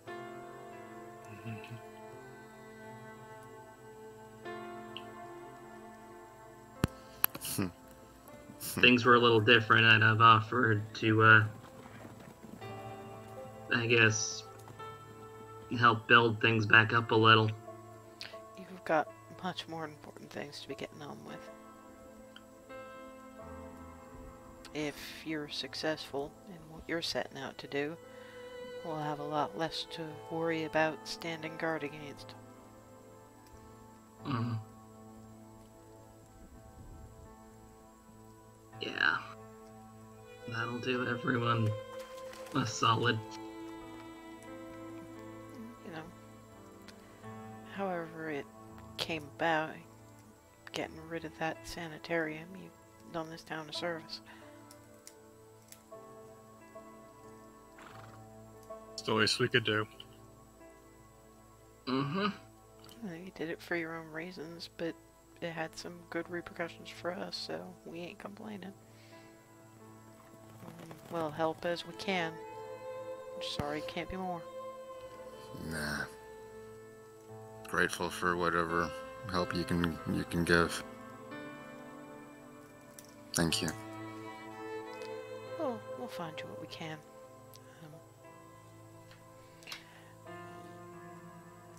I reckon that if you're gonna make any kind of time, you're probably gonna want to head out more of a morning-ish, so you're gonna have to spend the day in town.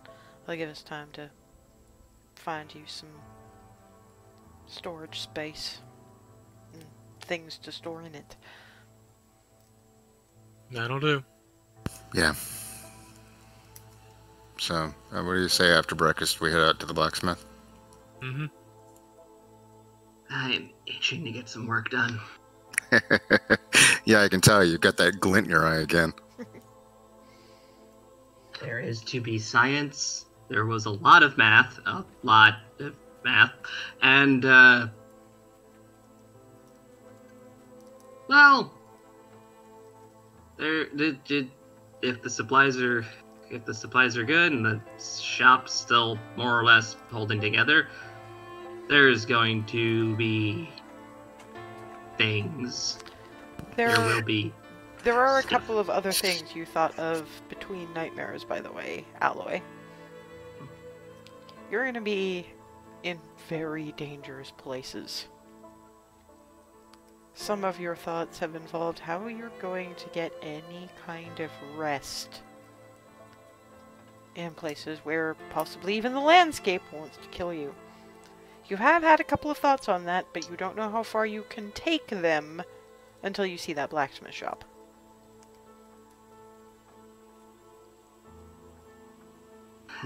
Because, I mean, you've got your alarm spell, but you've got math that might improve on that.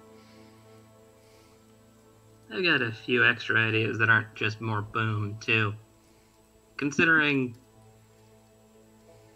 last time we were anywhere akin to what the wastes got turned into, or randomly turned into depending on where you are, even the land itself's going to try and eat you, so I might have a way around that depending on what I can find in there and put together.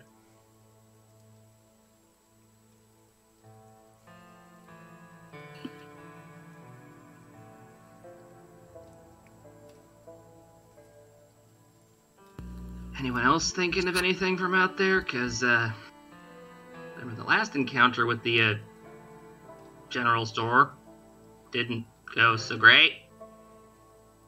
They didn't know us. Gonna have to work with whatever's on hand, either way. Reba, you have your tomahawk, but you haven't had the best of luck with it. And a lot of what you do is ranged, and trying to get within tomahawk distance hasn't been fun for you. You know it's not machinery, but you kind of gotta wonder if Aloy could make a bow. You can shoot a bow.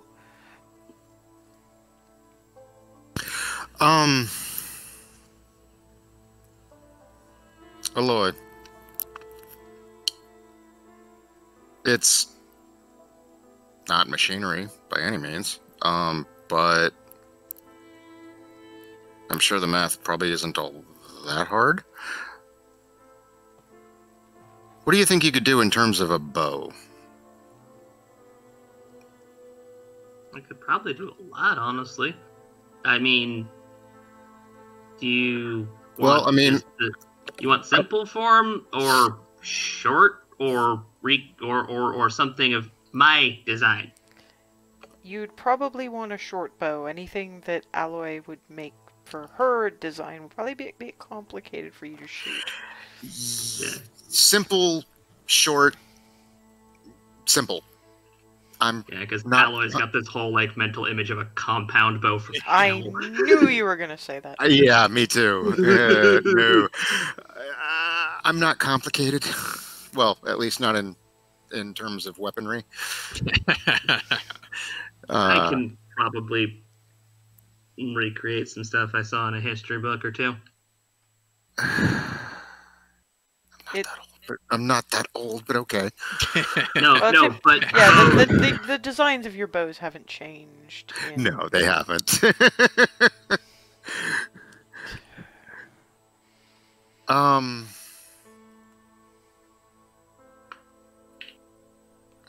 As long as we got food and water, a place to sleep, and some way to defend ourselves. Well, and yeah, you don't have anything to worry about, Jillian. You're fine. The only thing I'd say would be just giving pistols a once-over. Well, if you can find the time in between everything else, by all means. Well, we've got the better part of a day. Mm-hmm. Because, I mean, normally loading, you have to do it one at a time, right?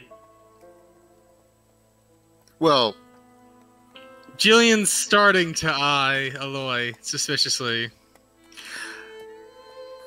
What about... a speed loader? With the way Jillian has been alternating silver and lead, would be complicated as hell, and you've got a lot of other things to work on. I'll probably be able to figure something out later if we even have the time to puzzle something out after we've gotten this started, but I'll mark that down for maybe. Alright. It won't be anything ridiculous. Alright, good. You say so. I trust you, Aloy. I trust you to be you. Love you. Drink your coffee if you have any left. I mean, if you want to see some of the stuff I was thinking for Bo before you decided on simple, I can sketch it out a little just for giggles. I don't think we have that kind of time. Maybe on the road. Jillian's refraining from asking how you can add machinery to a bow. Do not. That's why she's refraining. Yeah, no, I'm not taking that bait. That's bait.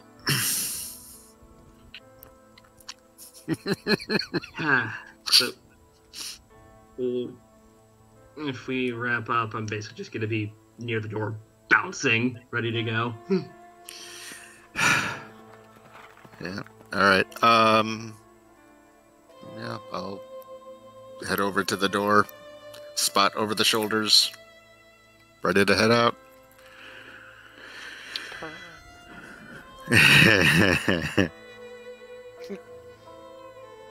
It's the only way to travel. I get scritches.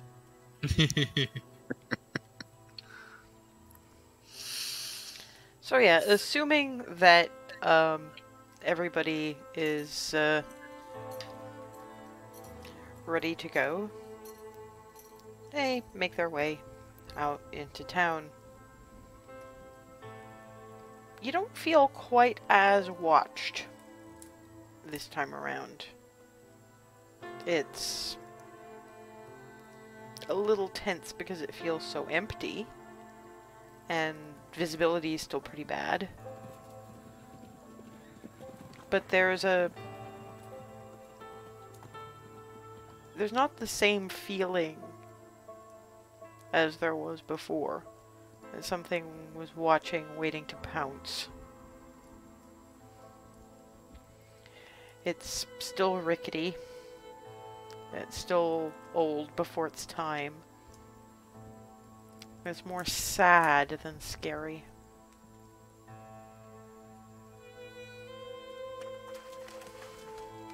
It's like a town that's been left to die.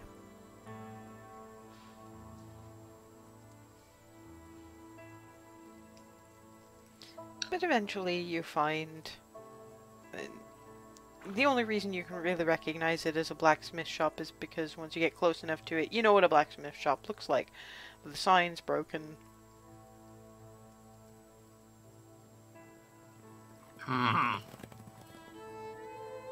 But then again, if the blacksmith himself is missing... I'm gonna look back up through the way we came through town. Oh, the amount of consolidation they're gonna have to do here, all of that's gonna have to go towards the church.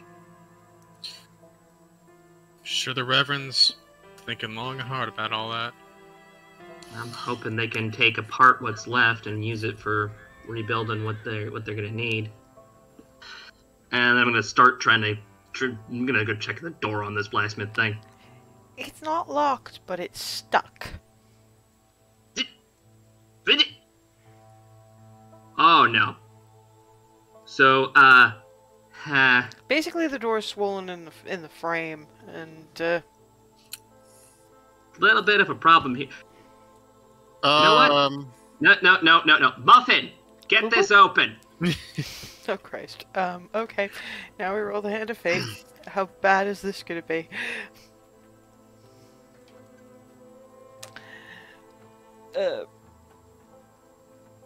You guys have to kind of scatter like flock of geese as Muffin charges the door, because Aloy did not give particularly specific instructions, so you just see boop boop boop boop boop boop, glump glump glump glump glump glump glump, head down, crunches directly through the door, knocks it off its hinges, keeps going, and from inside you hear clunk, clatter, clatter, clunk, clunk, clunk, clunk, clunk. Well, I didn't specify.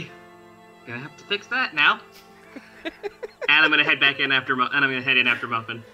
Yeah, Muffin! Muffin's managed to smash through the counter Oh boy.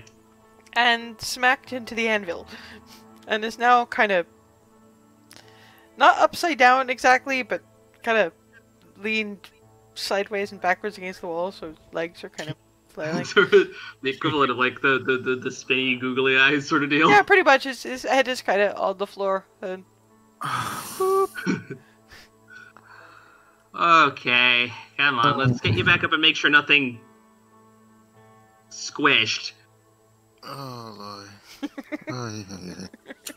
I'm gonna see to getting Muffin back up. Sorry, I didn't hear that, Noms. She says quietly, good thing the blacksmith's not here. I had a feeling that's what you said, but I wanted to make sure. Knock, knock, open up the door, it's Aloy and Muffin. It takes actually, Aloy, make me a strength check. Oh, this is gonna be funny. That is 9. Make me a dex save. 16. You manage not to get... You manage to get out from under Muffin so that when he falls over sideways, legs still flailing, it does not land on your feet. Clunk. Boop. Boop. I'm probably going to regret this, but Aloy, do you want some help? Yes! Okay, Aloy, strength check with advantage.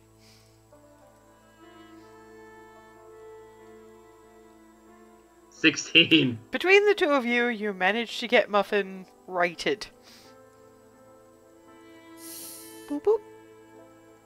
Boop. The head on Reba's shoulder. Boop. Poor Muffin. Lane's head on Aloy's shoulder. Boop. You did good to getting the door off. Oh, Guess yeah. Aloy had been a little more specific, but Well, most everything else seems intact. Well, Let's it's see what else is in here. it's kind of dark, so mostly the reason you know there's counter is because, well, that's what it would be, and you can see that there is an anvil, because Muffin ran into it, but the corners of the room are kind of... I'm looking to see if there are any windows messy or otherwise that I could hopefully open, break, or otherwise get some light in here? There are there are windows. They'll allow some light, probably enough to work with, but they're age grubby and kind of warped by wind and, well, you'd say time, but you know what this town has been like. I'm gonna try see if any of them open, and They do not, in fact, open. see, I want to leave most of this place intact, but I mean, look at this, Reba. I want to leave this intact, but I'm gonna have to break it if I want to get anything in Jillian! here.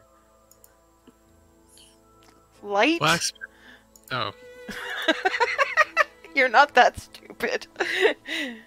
Yeah, it's like Jillian, I'm just logicking because I don't want to bother her that much, but it's like Jillian sighs and points at the ceiling and lets there be light. Yeah, as in the middle of Aloy's, I don't want to break anything, but bing, and then you hear, "Let there be light." Bing. Then Jillian goes back outside to perch down and just keep watch. Okay. Okay. Aloy, do you want Muffin inside or outside? Boop boop. Muffin stays with me. Looking over at Muffin. Boop boop. Okay. It goes into box formation and then just does the boop. Boop. Perfect. Plus, I'll be outside. Oh, plus wait. Muffin's neck alone can handle quite a bit of weight, so if I need him to hold something up, he can definitely hold something up. Fair enough. Let me know when you get the forge situated. I'll give you a hand with that. Well, you can see the forge, but that's not really what. Well, to be fair, Aloy might need to make some new parts. So yeah, if Reba can set some kindling and light the damn thing, then that would be great. Yeah, that was actually on second thought. Let me do this. Hold on, and yeah, she'll make for the kindling and whatnot and get it all. I hate to do this to you, but make me a survival check. Check. Sure. 1 second. Let me get back over. Survival. 13. It's a little awkward because you've never done this with a forge before. You're used to Yeah. actually just a fire, and it's like there's walls and shit. Yep. But eventually you think, is that yeah, I guess that's, yeah, okay. Well, it's prestidigitation anyway, so. Pretty much, yeah. It's druidcraft, so yeah. It's like, I've never, wait, so you gotta, it's not open. Fine, I'll bank it, or I guess that's, okay, there, okay. There. Okay, I think that'll work. A lot of frustrated, like, walls. But yes. Aloy, I think that'll work for you. And if nothing else, it's a bit more light. So I'll be outside. Okay. Time for science. We'll do this in order of importance. And I'll take notes and make some appropriate changes to your gun stats later. So, start with Tinker's tools for new sight for better aim. 13. That'll probably be good for another +1.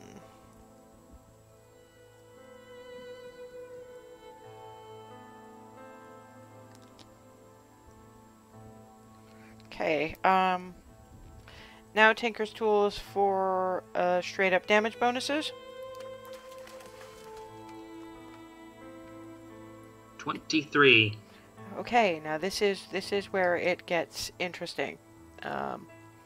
because that's not a bad roll, but you won't get the full kit and caboodle. But what you will get is actually, what damage does your lightning cannon do? Let's have a quick look.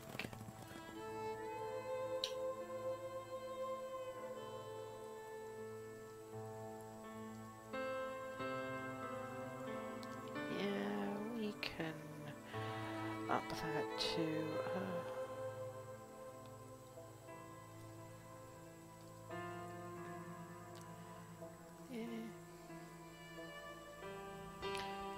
we can up that to a 3d6. And let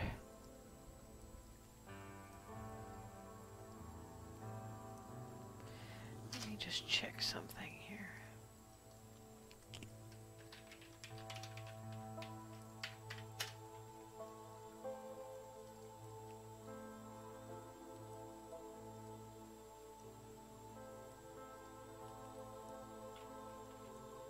Okay. And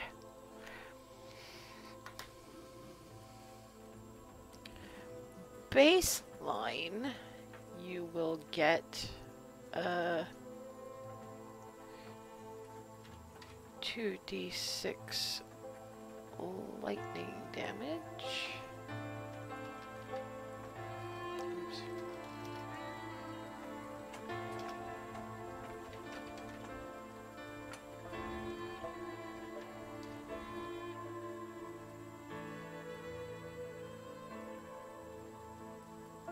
Okay. We'll leave that for the time being. Yeah, because your Thunder Cannon special attack will leave that as it is, although we'll add the 3d6 to that as well. But that's thunder damage rather than the lightning damage, so it's a difference between zap and boom. Now,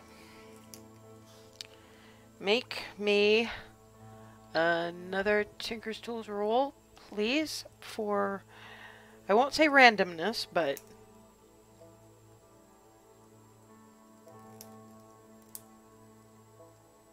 24.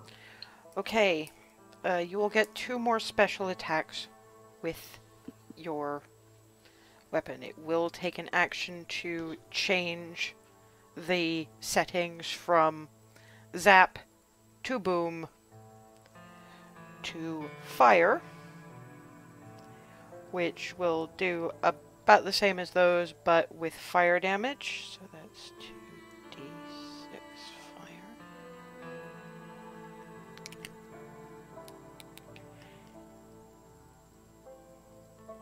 That should probably about do. But with that roll, what you can also do is have a new arcane jolt, in case you wind up stuck in relatively close quarters. You will be able to cast poison spray through your gauntlet.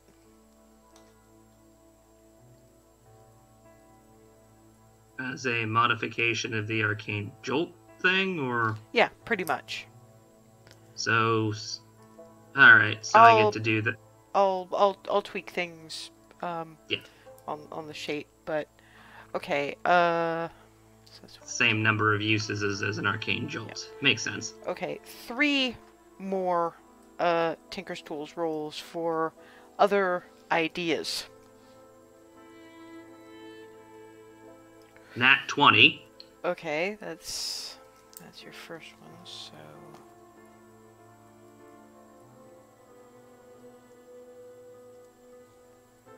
okay.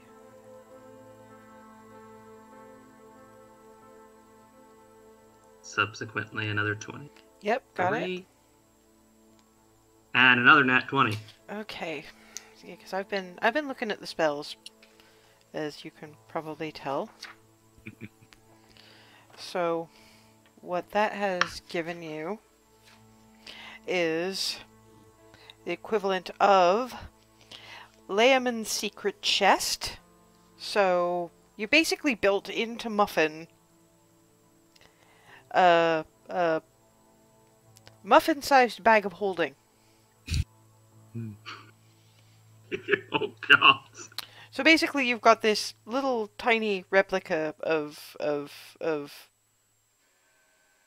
well, tiny-ish. It's a shoebox-sized thing that it's shoebox-sized-ish when stored in Muffin, but take it out and you do the appropriate math jolts. It's Pull the lever and it just kind of. yeah, and let's see.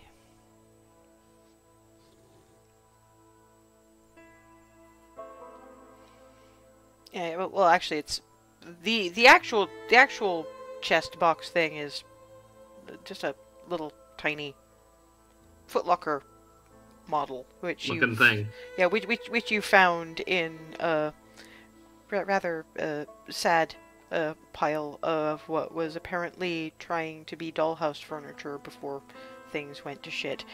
But what you then have is that stores an extra 3 feet by 2 feet by 2 feet of material. That is a lot. So that's 12 cubic feet of non-living material that when you take out that little footlocker, poof, it becomes footlocker. And you can just stuff things in it. Yeah, so like the actual in Muffin, it's a small component, and then I pull it out, pull 2 levers, and the whole thing just zoop. Well, you flick 2 levers, because this is literally dollhouse footlocker. Yeah. So it's like, detach, click, boom. So, good God, I made a Capsule Corporation item. Kind of, yes. Right. You also have, it's kind of your tent spell. Technically, it's Layman's tiny hut. You've basically made a shield generator. Nothing you don't want to get in can get in. It lasts for 8 hours, so that's about the time that you'd need to get a night's sleep, so you don't have to worry as much about, you know, various bits of bullshit.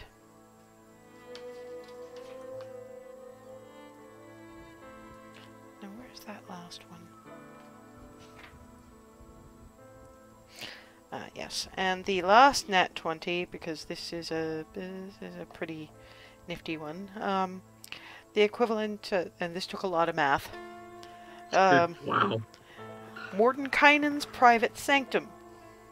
You make an area within range magically secure. The area is a cube that can be as small as 5 feet to as large as 100 feet on each side. The spell lasts for the duration or until you use an action to dismiss it. When you cast the spell, you decide what sort of security the spell provides, choosing any or all of the following properties. Sound can't pass through the barrier at the edge of the warded area. The barrier of the warded area appears dark and foggy, preventing vision, including dark vision, through it. Sensors created by divination spells can't appear inside the protected area or pass through the barrier at its perimeter. Creatures in the area can't be targeted by divination spells. Nothing can teleport in or into or out of the warded area, and planar travel is blocked within the warded area.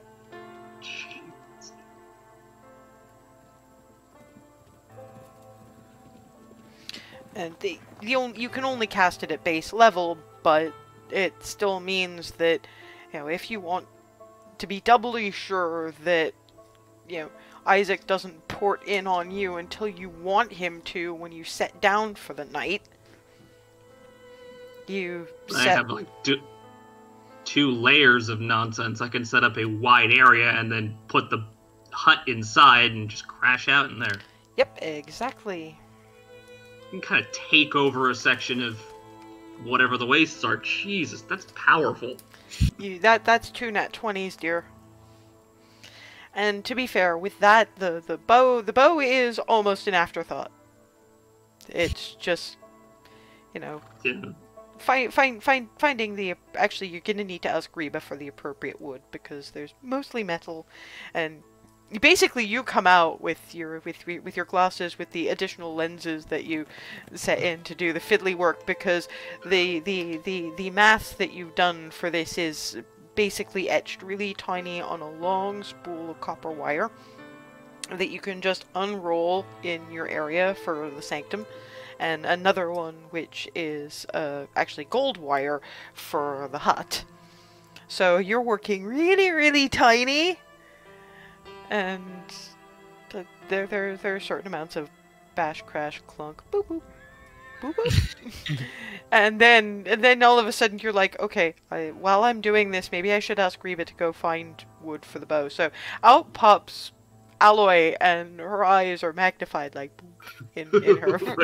like one is huge, and I've got what looks like a soldering iron and a fucking blowtorch.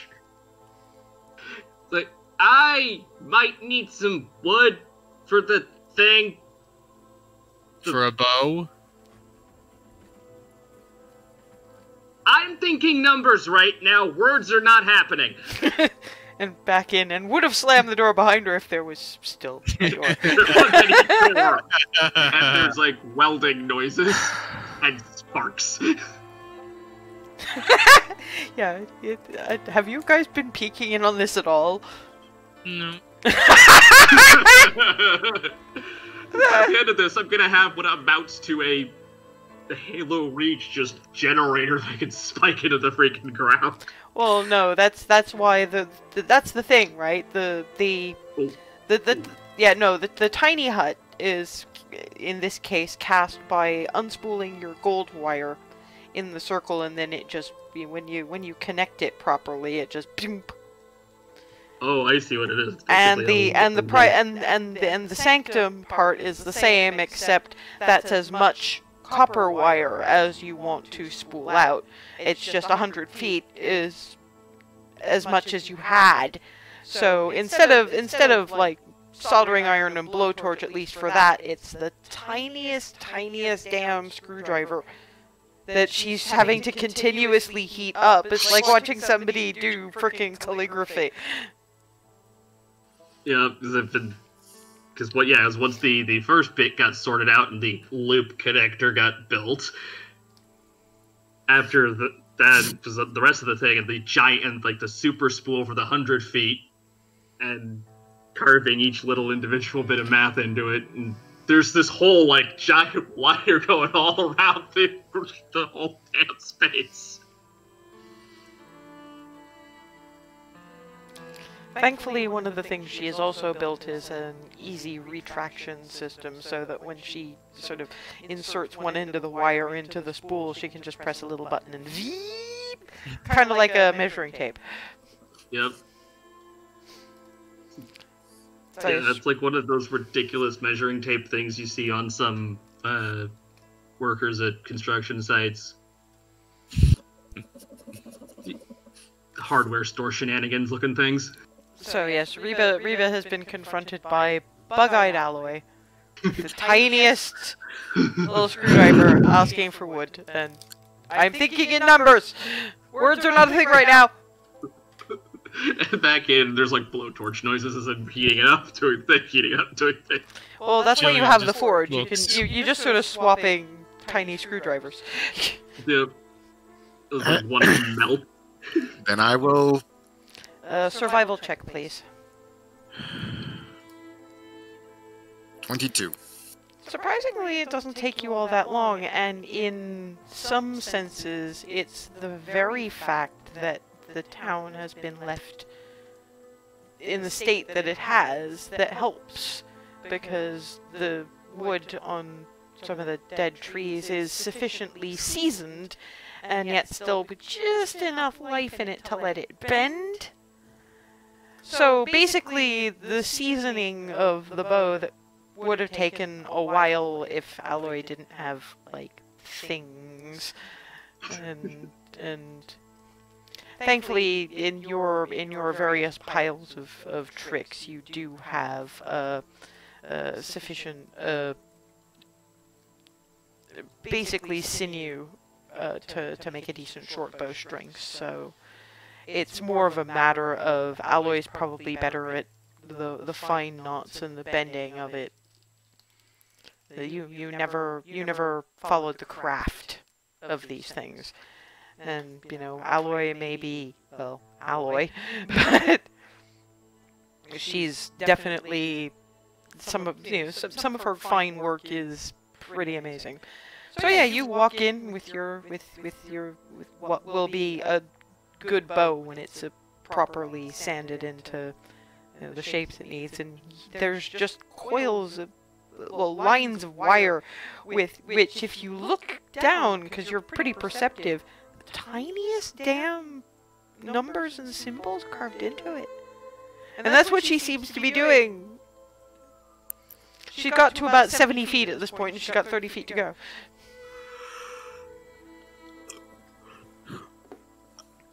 I'm just gonna set this right here, because that looks like a relatively empty spot, and go back outside, because I don't know what any of this is. So, yeah.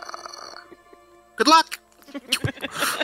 All that comes out of my mouth instead of bye is just a, Morse code binary. So just kind of just 101111100000x3. Wait. Of course, the computer science in my brain actually tried to translate that just now. Ow. Well, and Reba is like, that's okay. Now I've heard my people speaking in tongues. I've heard Jillian's people speaking in tongues. This is Aloy's people's version of speaking in tongues, and I'm not sure which is scarier. Probably Aloy's, actually. Just the laws of reality bending. Yeah, and that's what Jillian sees when Reba comes back out. Just this look of what the fuck on Reba's face. Arches an eyebrow. He's not asking directly. But when Jillian arches an eyebrow, she's at least curious. I couldn't tell you. But at least you could tell her what you saw. There's I couldn't tell you what was said, but there's wire with the smallest writing I've ever seen. Uh-huh. Well, alright then. That was pretty much my reaction. And I've never heard math spoken in...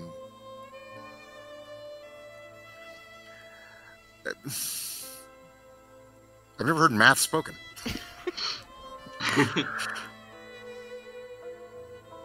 My head hurts.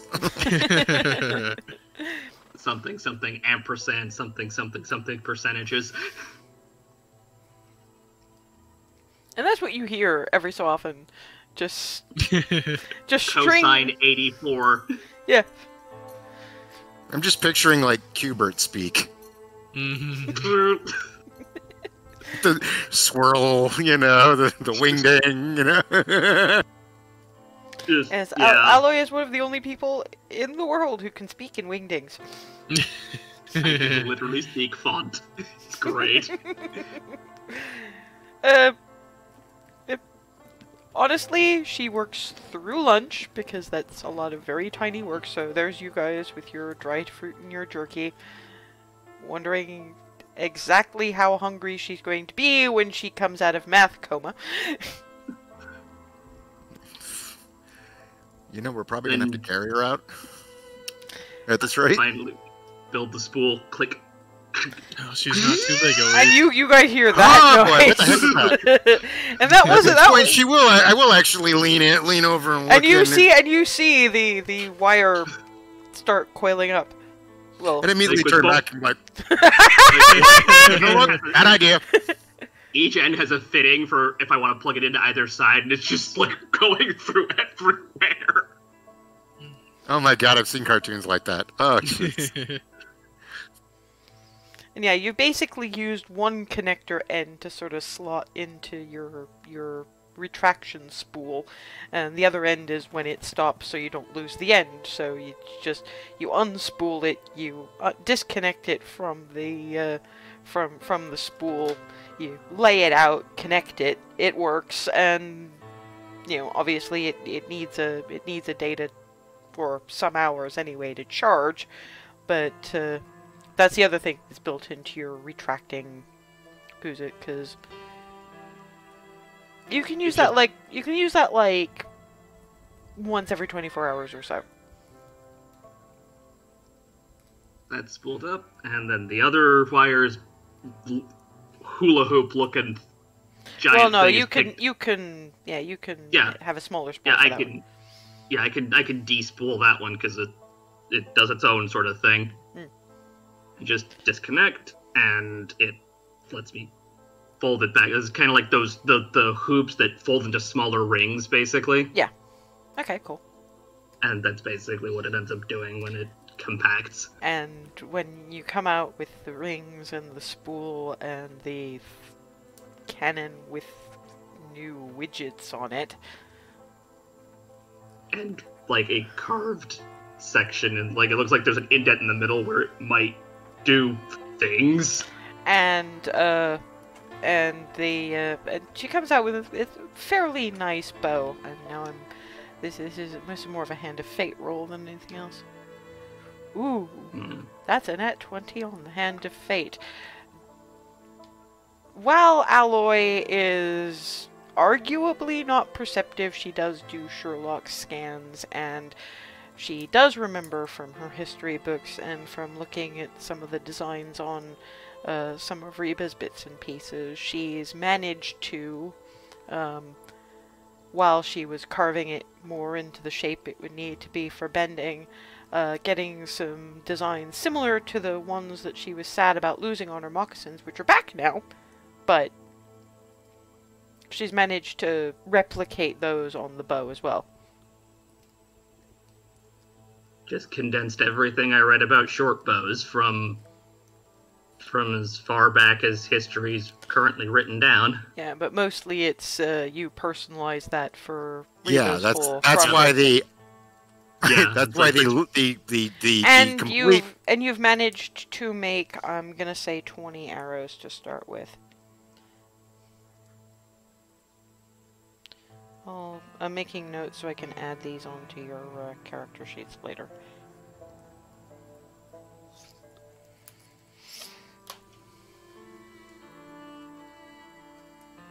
Here you go, Reba. Behold. it's beautiful. Thank you. Processed what I saw on your stuff, and, well, between that and condensing every single thing I knew about short bows into one bow, that is as you as that is going to get. I also made ammo. And up come the arrows. Thank you. You going to brag about the rest of it? As to everything else, okay, every time I try to think about it, I start mathing. Watch this.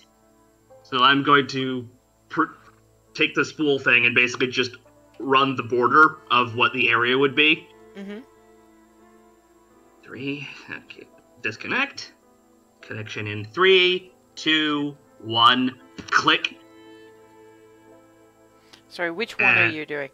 Is the hut? the not the hut, the wide area, the big one. So I make a pretty big square. And because you guys can still see out is the thing. So and you kind of feel a very faint. Well, Reba does because she's very perceptive. You feel a very faint. Is the air still moving? Just walk. Is the air out. still moving? Yeah, a little more, Oh. in fact, because, Like there's Huh. just this near post lightning impact tingle, basically. Just step outside of it, and you'll see what looking in looks like. actually, best test, actually, is to tell her to step outside and ask her to scry you. Even better, try scrying on me once you've left the perimeter.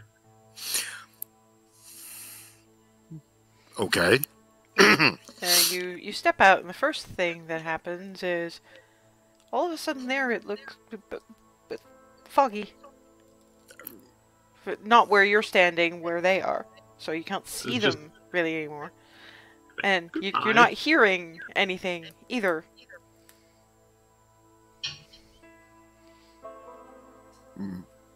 No, that's probably a bad idea. And she asked you to try scrying. Okay, this better not backfire. And yeah, so I'll I'll send her. It doesn't backfire, but you don't. There's nothing.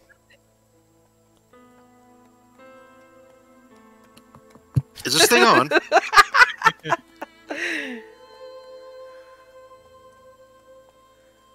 Well, okay.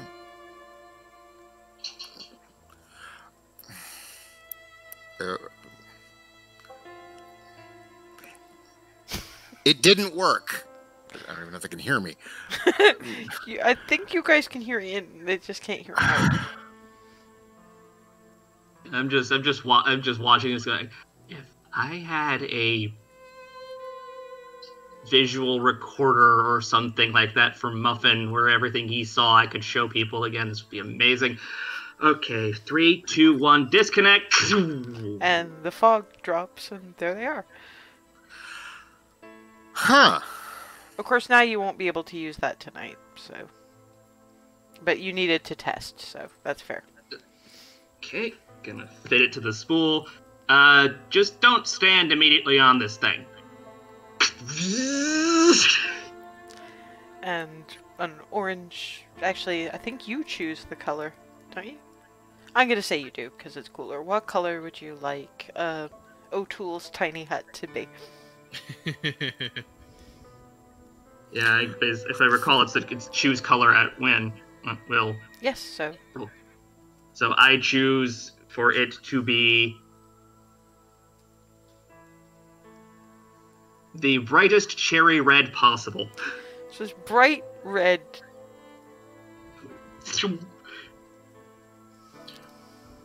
What on earth? It's like this hemisphere of just red. It's like Hello Sheriff Red. Oh, that's just my choice for this instance of activation.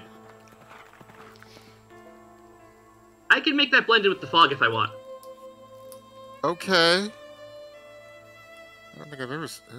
Ow, that hurts. Do you want to explain what it does? Or demonstrate by, okay. saying that Reba's allowed in, but Jillian's not? No, what I'm going to do is, okay, everybody, follow me. Though I'm going to make Jillian the exception and just walk through the. To be appearance fair, solid barrier. to be fair, the spell you have to be inside it when you have to connect it from the inside. Yeah. So yeah. So I you flip, yeah. flip it open, connect it, pop out. All right, everybody, come on in. And go back in. Reba and Spot and Muffin go through, but Jillian bunk.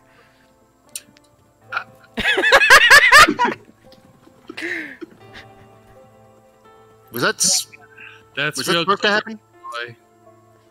Sorry, what was that, Noms? We lost a word. That's real clever, Aloy. I'm going to lean back out. Okay, now you can come in. If you reach Exception. it. Yeah. Yep, she goes in. It's like looking at one of those. It's like from the inside of a planetarium where you could see it's like a screen, basically. So there's a little bit of almost whatever a projection screen's distortion would be, so you can tell there's still something there from the inside, but it's essentially as though it were clear. Not bright red.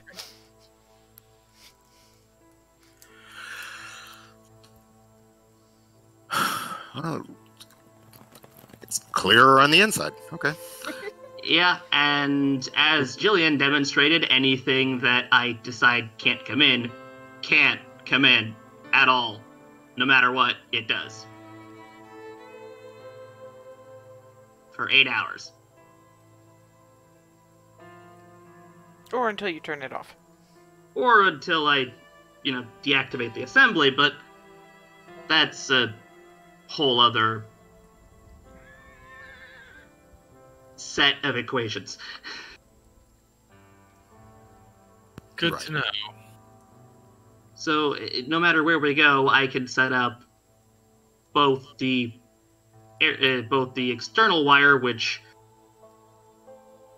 if I did the math right, both invalidates anything trying to see that I don't make an exception to, invalidates any attempts at scrying, nothing can teleport into that, and nothing can step sideways from the crossroads. Huh. And yeah, it's Reba mostly who's gonna see that means that Isaac's not gonna sneak up on you until you want him to if you use that thing regularly. So, the advantage here is Isaac can't sneak up on us unless we want him to, or, well, provided we're using these. Yep. It's handy.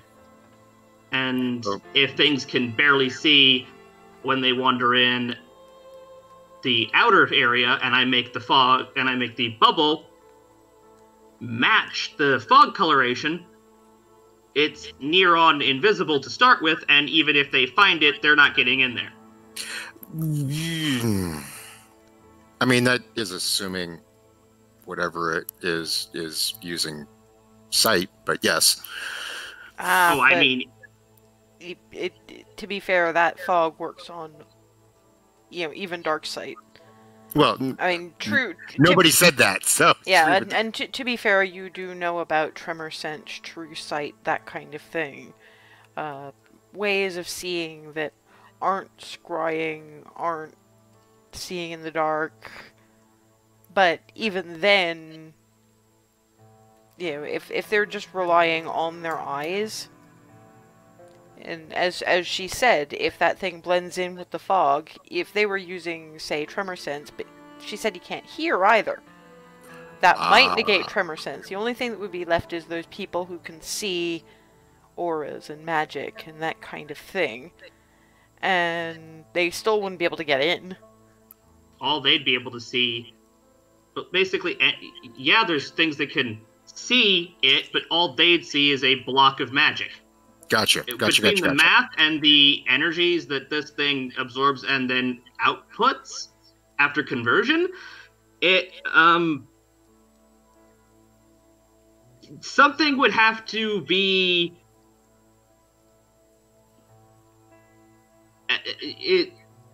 close to deific to try and get through that.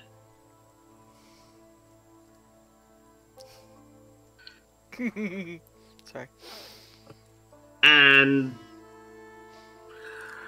then there's the entire second layer to deal with anyway, which that field, if I say no one comes in,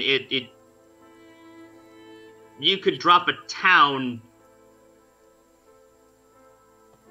from the sky onto the bubble would be fine. And I mean an entire town with all the rock under it and everything.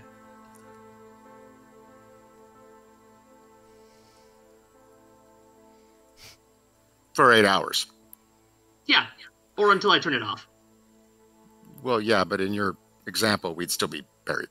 Just saying. That landing on us would crack in half from the force.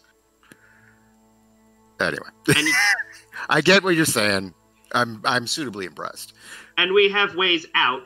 Hold on, let me just turn this off. That involve. I'm gonna set the configure. Start fiddling with the cannon. Set configuration to fire. Aim in a direction. The barrel splits and just whoosh.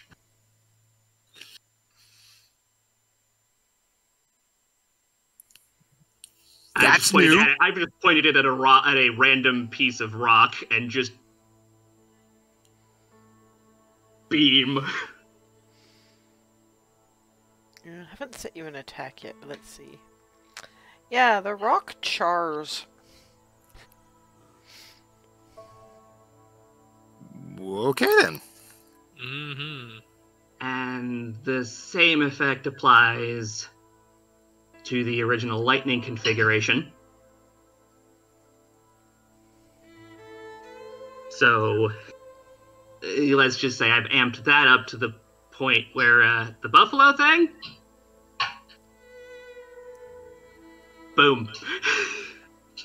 That's good.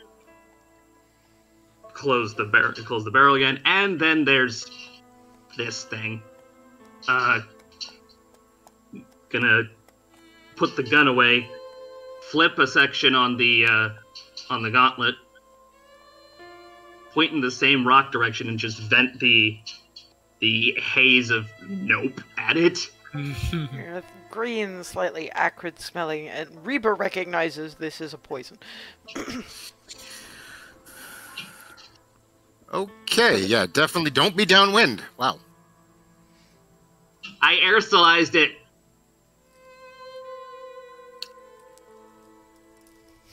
I took what I know to be the nastiest biochemical compounds I found in there, put them together in a container that I may have mathed the inside of, and applied it to the jolt cannon. Yeah, basically the container that you came up with as a vent for the poison spray works much like Jillian's ammo belt. So long as I put a choice compound in there, there's going to be enough for me to spray any number. As long as you don't drain it completely. As long as there's a drop or two left, and there is always a drop or two left, it'll slowly refill. Yeah, I can just spray this, and as many times as I probably need to, so long as I leave enough in for it to regenerate, I guess is the best way to describe it. Kind of like I did with the ammo belt there. And Muffin got the best toy. And she pulls out a literal toy footlocker.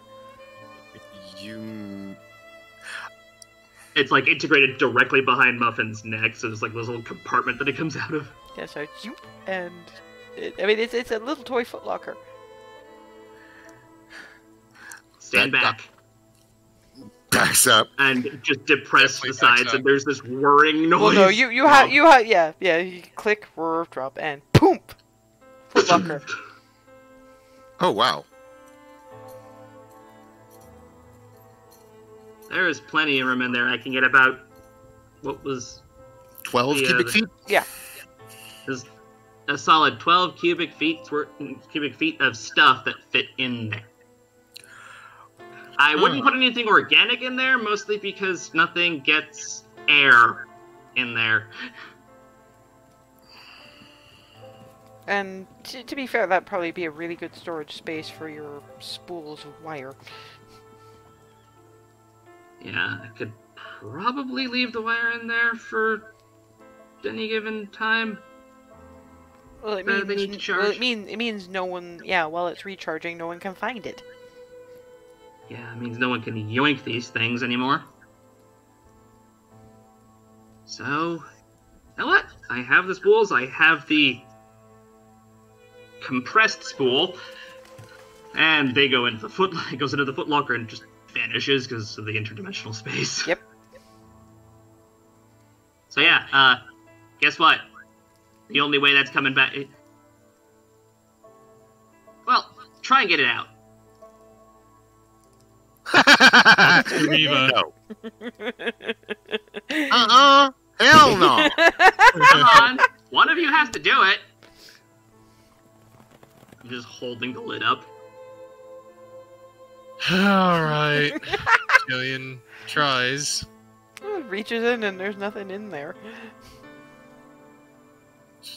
Roots around a little bit more. Oh, that is something, isn't it? Yeah, the only way that's coming out is if you think of exactly what it is, and only I know exactly what that is. Fair enough. And I'm gonna grab the ends where there's the Handles. now fully sized the handles for the thing. Click, and there's the gesture is this, but the thing compresses way too quickly for any natural movement, and it's now the same size as before. It's kind of like Darwin going, rabbit. Yeah, obviously the loss of space is there's this rushing from the air compression. Well, that's what the is. Mm-hmm. Error filling a previously airful space. Yes. Thank you. You made the best sound effect, and I'm gonna just put that back into the slot. Click. Boop boop. See? Muffin got the best toy.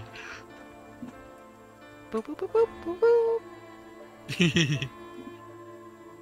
I already have a few ideas for what be good stuff in there. But since we're like a quarter of an hour past the usual time, let's get us to a reasonable wind down point, because I know we're all going to want to move to Dishonored next time, which I'm hoping is next week, but it depends on how well I manage to get your character sheets and stuff sorted out. But, to summarize, I mean, this has been most of the day, and it's only now that Aloy has noticed her stomach rumbling, which is... You head back to the church for your, to be fair, second to last meal, because Reverend's not going to send you out without a good breakfast, so he feeds you well. There's a goodly amount of supplies, enough that if you can stuff them into Muffin, make it last, and Reba has been in dangerous areas enough to be able to supplement with game. Even in some place like the Waste, she knows what to eat, what to avoid. You'll be able to keep going for a while on what you've found and been given.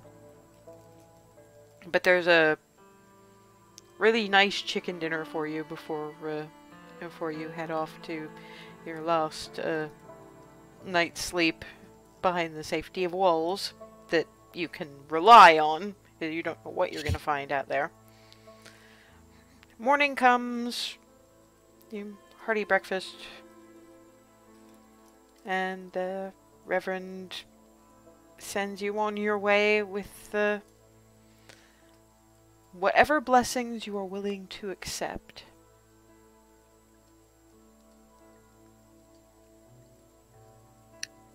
God be with you. And you, Reverend. Thank you. Seriously, thank you. Gives her a pat on the shoulder. And while those two are saddling up, just takes Jillian aside. Just remember what I said. Okay? I will. Be well.